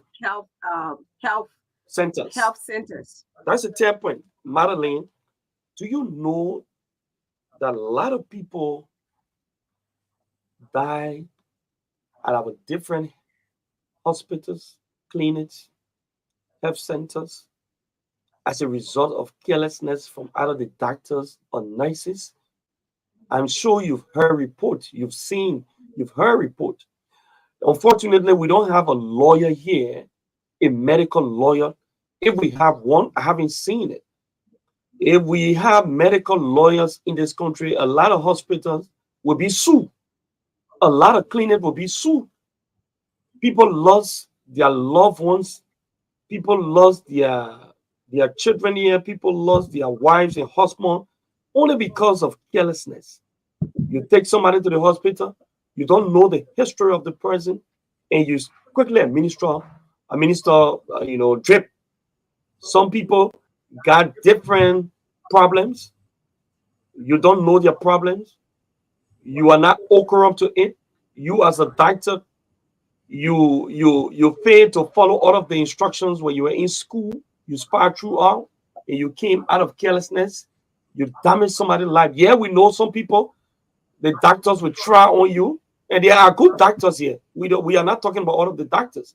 We are talking about the doctors that are very careless and the nicest. Some of the doctors will try their possible best, but again, when it is time for you, according to the scripture, you will go. But there are people who people try experiment on and die. Some people today are living with scars on them. Some people are disabled today because of the carelessness of either the nurse or the doctor in the hospital. Unfortunately, like I said, we do not have a medical lawyer in Liberia. If we had one, and if hospitals and clinics were being sued, a lot of hospitals would have been serious today in our country. You carry patients to some of the hospitals, people don't look at the patient. People don't look at those you carry at the hospital. And worst of all, if you don't have money, the patient will die. We need to talk about these things here. I remember one time the former representative Edward Paul, he wanted to take issue with JFK. When his daughter passed, he could not believe. So doctors and nurses, when patients go to the hospital, they should be properly looked at. They should be properly looked at. People are dying because of some of the mistakes in the hospital. Just recently, in one of the hospitals in Painesville, a beautiful young woman lost her life. You understand? And some of these things, nothing comes from inside, out of carelessness. If you did not administer any test to see whether this person has sugar, but then you give them medication, that they are allergic to, and all of a sudden the person died, and nothing comes from inside. Nothing. The other thing that even hurt, even when the person died, the hospital will request huge amount of money. The person already died. Sometimes the hospital will know that the person is almost at the point of death, and then they will say, "You're bad this, you're bad that." At the end result, they request 200,000-300,000 from you. We can understand. We need to look at these things. We need to look at these things. Our doctors, our nurses, too many persons are dying. Too many persons are getting disabled because of the mistakes that are occurring in the hospital. Simple mistakes. Sometimes the doctor will do the work and ask the nurse to look after the person. And some of the nurses will be on social media. Some of the nurses will forget. To be a medical practitioner is an oath that we've taken. If you took an oath, like the president of the country took oath to improve the lives of the people and better the infrastructure development, it's the same with the doctors and nurses. But the reports we're getting from most of the hospitals in our country, people are dying because of carelessness. People are dying because they are not looked up to. You see what we're talking about? Yeah, and the last thing I want to talk about before you open the line, look, we need to call a spade a spade. The American embassy the American people must begin to treat Liberians with dignity. What do you mean? This is what I want to say. The visa fee used to be $169, $185 for non-immigrant visa. If someone goes for an interview and they are denied, their money should be returned or refunded. This is exploitation and corruption. This is corruption.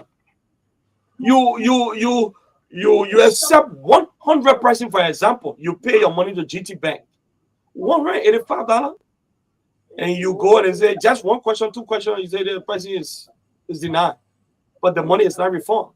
This is wrong. This is bad. The second thing to that, when it is really those who go for an interview, there's nowhere to stand, there's nowhere to sit, Magdalene. Besides the one bus stop that was built by somebody. So when it is raining and you're passing on that Johnson, that Benson Street hill, it's very, very, very bad. It's a precarious situation. Very, very bad. You see Liberians standing in the rain. This is not dignity. This is not good. This is not responsiveness. This is not being being very peculiar about people. You can't dehumanize Liberians. They stand in the rain just to go for an interview. I mean, in the rain. In the rain, I'm telling you. I've been a victim in the rain. Yeah. You can do so. So what will happen if the American embassy constructs a decent place for Liberian or those who go to interact with the embassy, especially those who go for visa interview? What will happen to the American embassy if they build something for people to sit on? What will happen? This is wrong. The American cannot treat Liberia like that. Liberians deserve dignity. And I think the same thing with the Chinese embassy, right? The Chinese embassy, you go see people standing outside. In fact, the Chinese part, nothing, no seat. There's a fence there, you go, you sit. I mean, this is wrong. The Ministry of Foreign Affairs should take issue with, these two embassies, especially the American embassy. It's wrong. People stay in a ring and then you pay $185 US, and that money is not given to you. Sometimes you go, the counselor or whoever doing the interview just look at you and tell you, say you are not eligible to go to America now. Can you imagine? There are people, even if you have a son who is graduating from high school, or one of your relatives who lives there died, and you're going for the funeral, whatever. Sometimes you are looked at and you are denied. And your money is not given to you. $185 in a struggling country like Liberia, the American received that money, and the money is not given back to you. For one person, $185 non-immigrant visa fee, and you have to pay at the GT Bank. You will have to pay. So we are calling on the government of Liberia through the Ministry of Foreign Affairs to begin having discussion with the American people. This is unacceptable for our people to be standing in the rain just to go for visa interview. Nothing is outside constructed for Liberian to stand when it is raining. This is wrong. This is wrong. The government must do something about it. You understand? Liberia has contributed immensely to America. We deserve better. We can't continue to be dehumanized. This is wrong. We must tell America that we deserve better. To dehumanize Liberian, the rain is falling and people standing in the rain just to go and get visa. Why would you treat Liberian like that? What will happen if you construct a small hall or you usher them in? So this is wrong. I mean, I don't know, but we ask the people whether it is good enough for us to take the initiative and say, okay, yeah, we can do it. We can construct something here. No, but we pay money for services, so that's part of the services. I mean, it has been like that. I mean, but so it has been like that, but we can't continue. We can't continue to be like that. I mean, it's wrong. It is not just wrong, but very wrong. It is very wrong. And we are calling on the new ambassador Turner. Yeah. You must do something about this thing. Liberians deserve better. We cannot go for visa interview. I mean, you see pregnant women, you see women, and people standing, nothing. People standing on the main road. Imagine if a car loses control over there, it's coming straight into you people. So what happened? We are waiting for the day something happened over there. This is wrong. Let's start taking calls.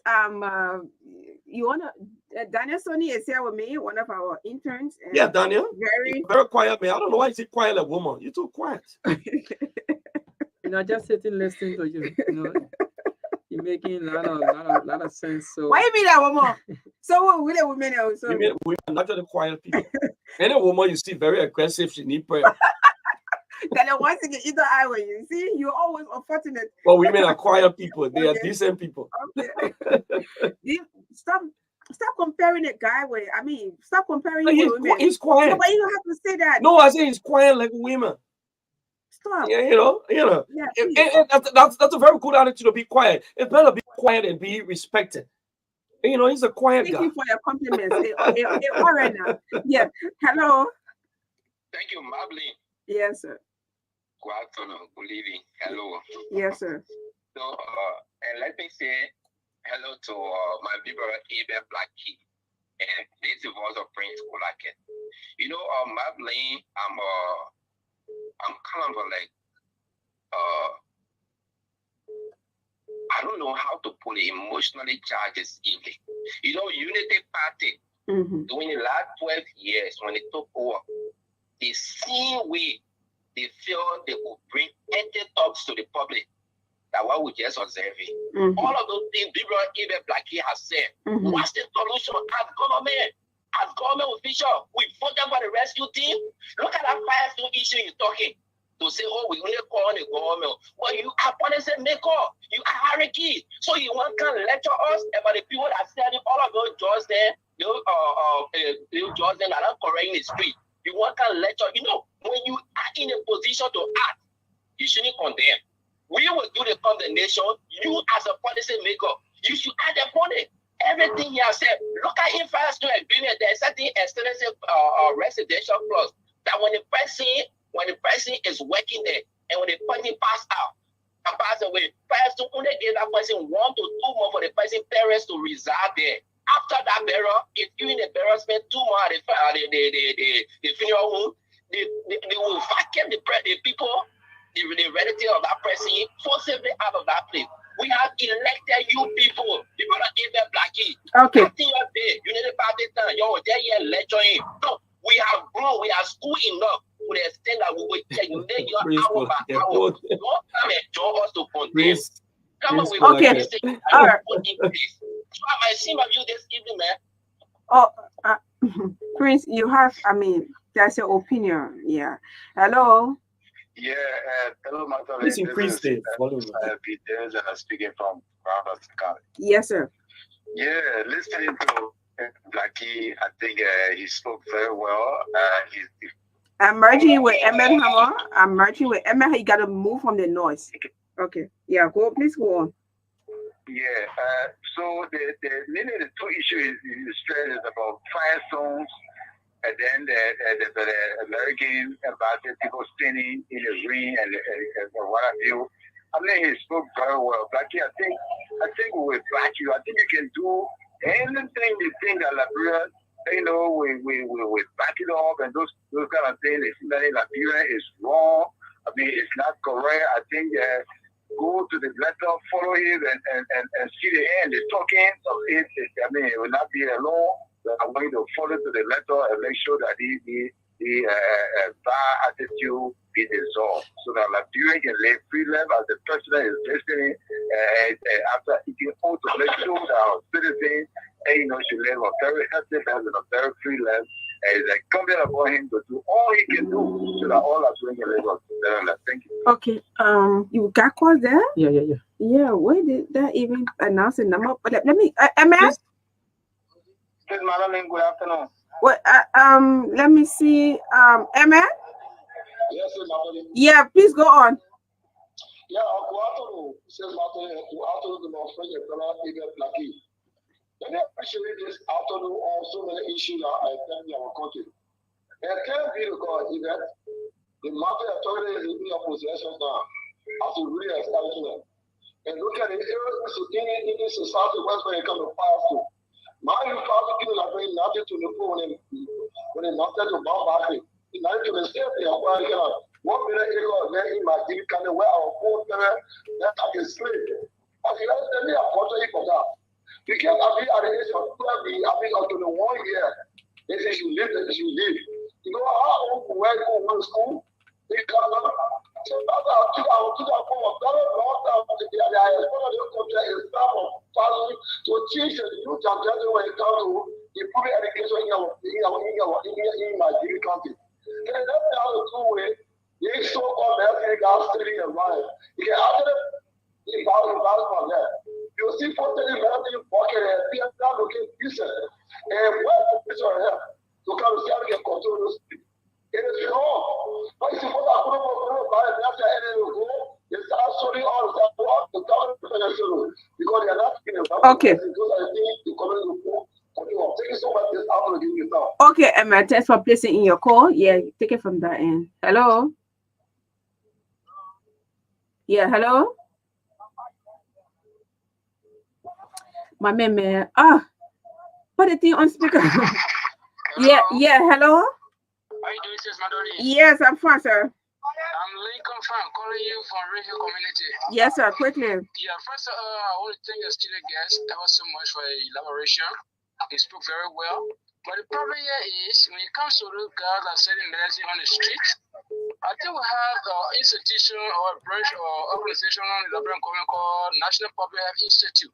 They are responsible for every drug that enter this country, whether it is legal or is illegal, or when it's expired drugs. They are responsible to do regulation of these drugs. So they say people selling drugs on the street. Every day they guys pass red and see these people and they're not taking no action. I think there should be questions. Something will be happening in Puebla. Do you know that at times that expired drugs that enter this country, when they see it, they take it to the houses and give it to the boys to sell it on the street? Tell me for crazy sake. This guy is selling drugs on the street. Where do they go and receive the drugs from? The same people take the drugs and give it to them and come and sell it. They don't have any time for the Liberian people. They only can occupy the position for their own service greed. They don't have time for the Liberian people. Okay, thank you. Thank you so much. Thanks for placing your call. I mean, yeah. Hello. Yes, Madeline, good afternoon. Yeah, Akwe Bue, let me merge you with Hartford. Yes, so you can go on, sir. Thank you, Sis Madeline, for the opportunity. And let me say a pleasant good afternoon to Ada Plaki. Good afternoon. I don't know, but I stand to be corrected if I'm wrong, according to what my colleague, Prince Kulake, said. As far as I'm concerned, Ada Plaki is not in government right now.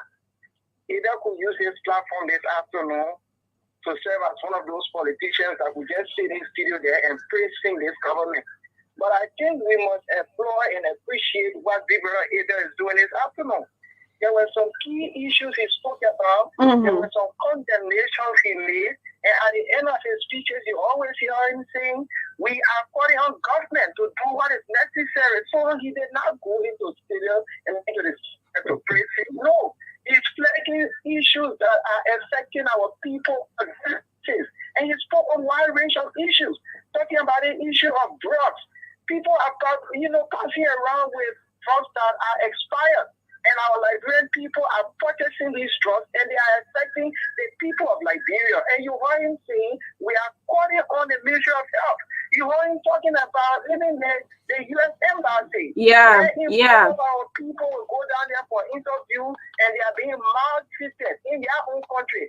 And you heard him saying he's calling on the foreign ministry. So I do not think, and I want to 100% disagree with Prince Kulake this afternoon, that people are plugging way into studio to praising. No, this man spoke as a patriotic citizen, and I think it is only fair enough that we give him the necessary. Thank you, my dear brother. That he deserves. Oh, but I put that in Bison now. Yeah, I forgot you get on the line. Thank you, my dear brother. Thank you. That President Mayor, he just it will so get better happy. for Prince. How you doing? Where is our 56th birthday? My 56th birthday will be on November 24th, and I'll ask you to bring a Blackie to be part of this celebration. What I would call a nice real grilled pan butter. No, but I can eat pan butter. I eat tabagi. You cook panya kuma. No, for you and your people, you cook pan butter for you. Cook panya kuma. You get grasshopper jack. You know, and you get Cook panya kuma. Cook ketele tabagi. What you call pan butter? Cook sports soup that the last time.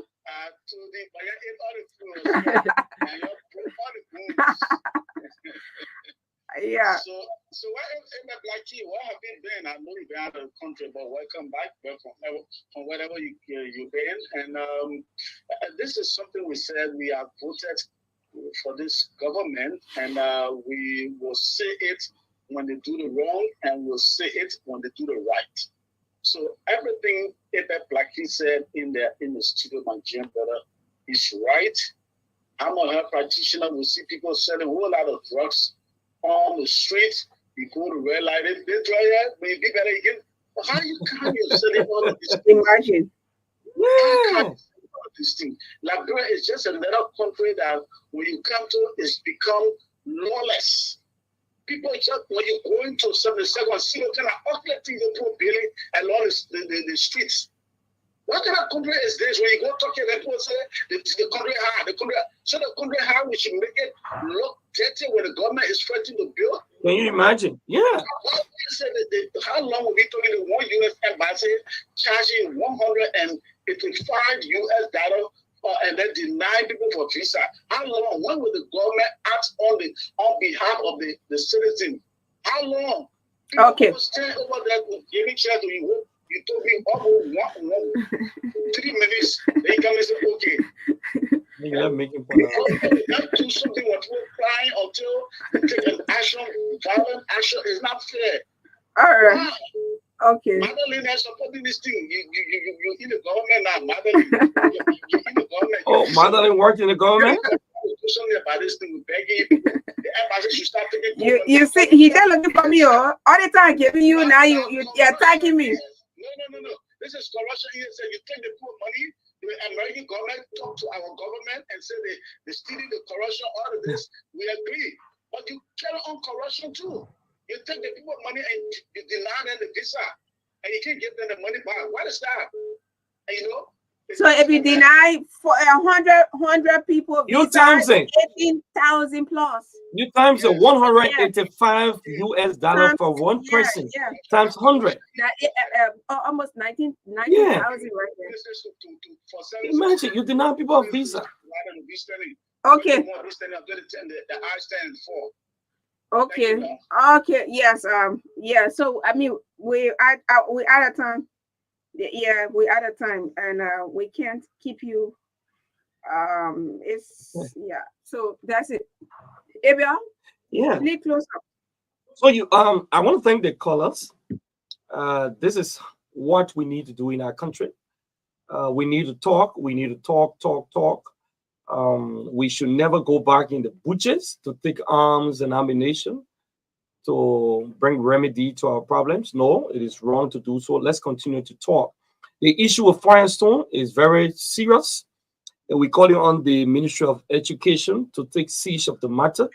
Our fathers suffer too much in Firestone. They tap the latest, they put it on their shoulders. Some of them are crippled, some are walking one side, and you deny their children because they reach age 21, that they can't sit in the 12th grade. Yeah, some of them, seriously, because they are age 21, and so they can't sit in the 12th grade. This is wrong. It's a bad policy. Firestone need to reverse that policy. It's not good. Well, when the child reaches 21, they should be allowed to sit in the 12th grade and graduate from the Firestone school system. This is what we need to do. And secondly, I like to say to all Liberians, stop buying drugs in the streets, especially the guys that have the pre-recorded message that when you take this drug here, you get gonorrhea, it will flush it out. Woman who pregnant can't take their drug. Woman who did. I mean, they are disgracing our women in the street. You can say a certain thing about women in the street, but they are saying these things in the street, and the government is not attempting to even remove them from the street. It's wrong. Okay. That's why a lot of people are dying. Secondly, we need a medical lawyer in this country. Plenty of people are dying at the hands of careless nurses and doctors in this country, and nothing is being done about it. Good lives have been lost at different hospitals and health centers in the country for nothing, because of the carelessness of some doctors and some nurses. Yes, there are good doctors, there are good nurses, but some of them are very careless, and people are dying and nothing coming from out of it. Just going vain. Imagine losing your brother, your mother, your father, your wife, your husband, and nothing come from in it. So it is about time that the hospital be sued in this country for being very careless, for losing lives. When people begin to sue the hospitals and clinics and health centers in this country, some of the doctors and nurses will get very serious. I want to thank you for this opportunity, and I pray that God will continue to strengthen us, and let's keep this conversation. Okay. They are very, very important. Okay, so I mean, it was not around 1,000. It was around 100, maybe 100 above, but not 1,000. You say that, you say maybe. Yeah, I mean, yes, at least. That's why I said more people died. Plenty of people died as a result of the tanker blast in Totota. Yeah. And the same mistake is being repeated in Kakata. People are attempting to go and steal gas. And, they poverty too much in the country. The government should bring more jobs. Ignorance. And, and ignorance in the country. The ignorance, the stupidity, too much. You take it. And if you bring it in the market to sell, and somebody will bring it in their homes. Yeah, you work along with the community chair people. Imagine people eating rotten rice. I can't understand Liberia. I mean, the fish. How did we get here? Fish. Magdalene, answer this question. How did we get here? I mean, that's why we need this kind of how did we get here? How you call it, platforms to educate our people. Continue. So, once you see food being dumped, it means it's rotting. Even going to the house, to the supermarket and store, look at the expiring date. Yeah. Look at the stickers that they place on the price. We need to be cognizant of the fact, because this small breath, this thing that God gave us, when it leaves you, you finish. So you got to be very careful buying rotten food and going where these things are dumped. Yeah. People like chicken that they go to collect the rotten chicken. They went on, they dug the garbage and took it from the overpower the security people there. That's why you see a lot of people on street food. They want to use kind of excessive force, so they just they overpower the people. Yeah. Okay, so we have to go. Stop eating the roasted chicken. Some of them are correct. Yeah, because some people go tell you rotten chicken, they come, they send it. That's why some people don't eat this street food. I see. People coming down with even hungry right now. You're hungry, you let this street food, baby. No, I don't eat that kind of street food. What's this? No. Thank you. It's a pleasure. Just put me in that category. Stop it. All right. Thank you for following. Sorry for the agri segment. This is very important. This is important health. Everything I was said here this afternoon during the agri segment is very important. But we sincerely apologize. Join us next week. And for the agri segment, we're going to bring bring on experts as well. Goodbye, Daniel. Thanks to Kanye, Parent Jala. And thanks to Abel for honoring our invitation.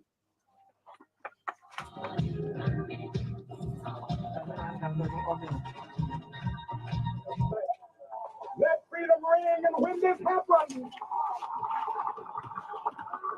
when we allow freedom ring, when we let it ring from every village and every hamlet, we will be able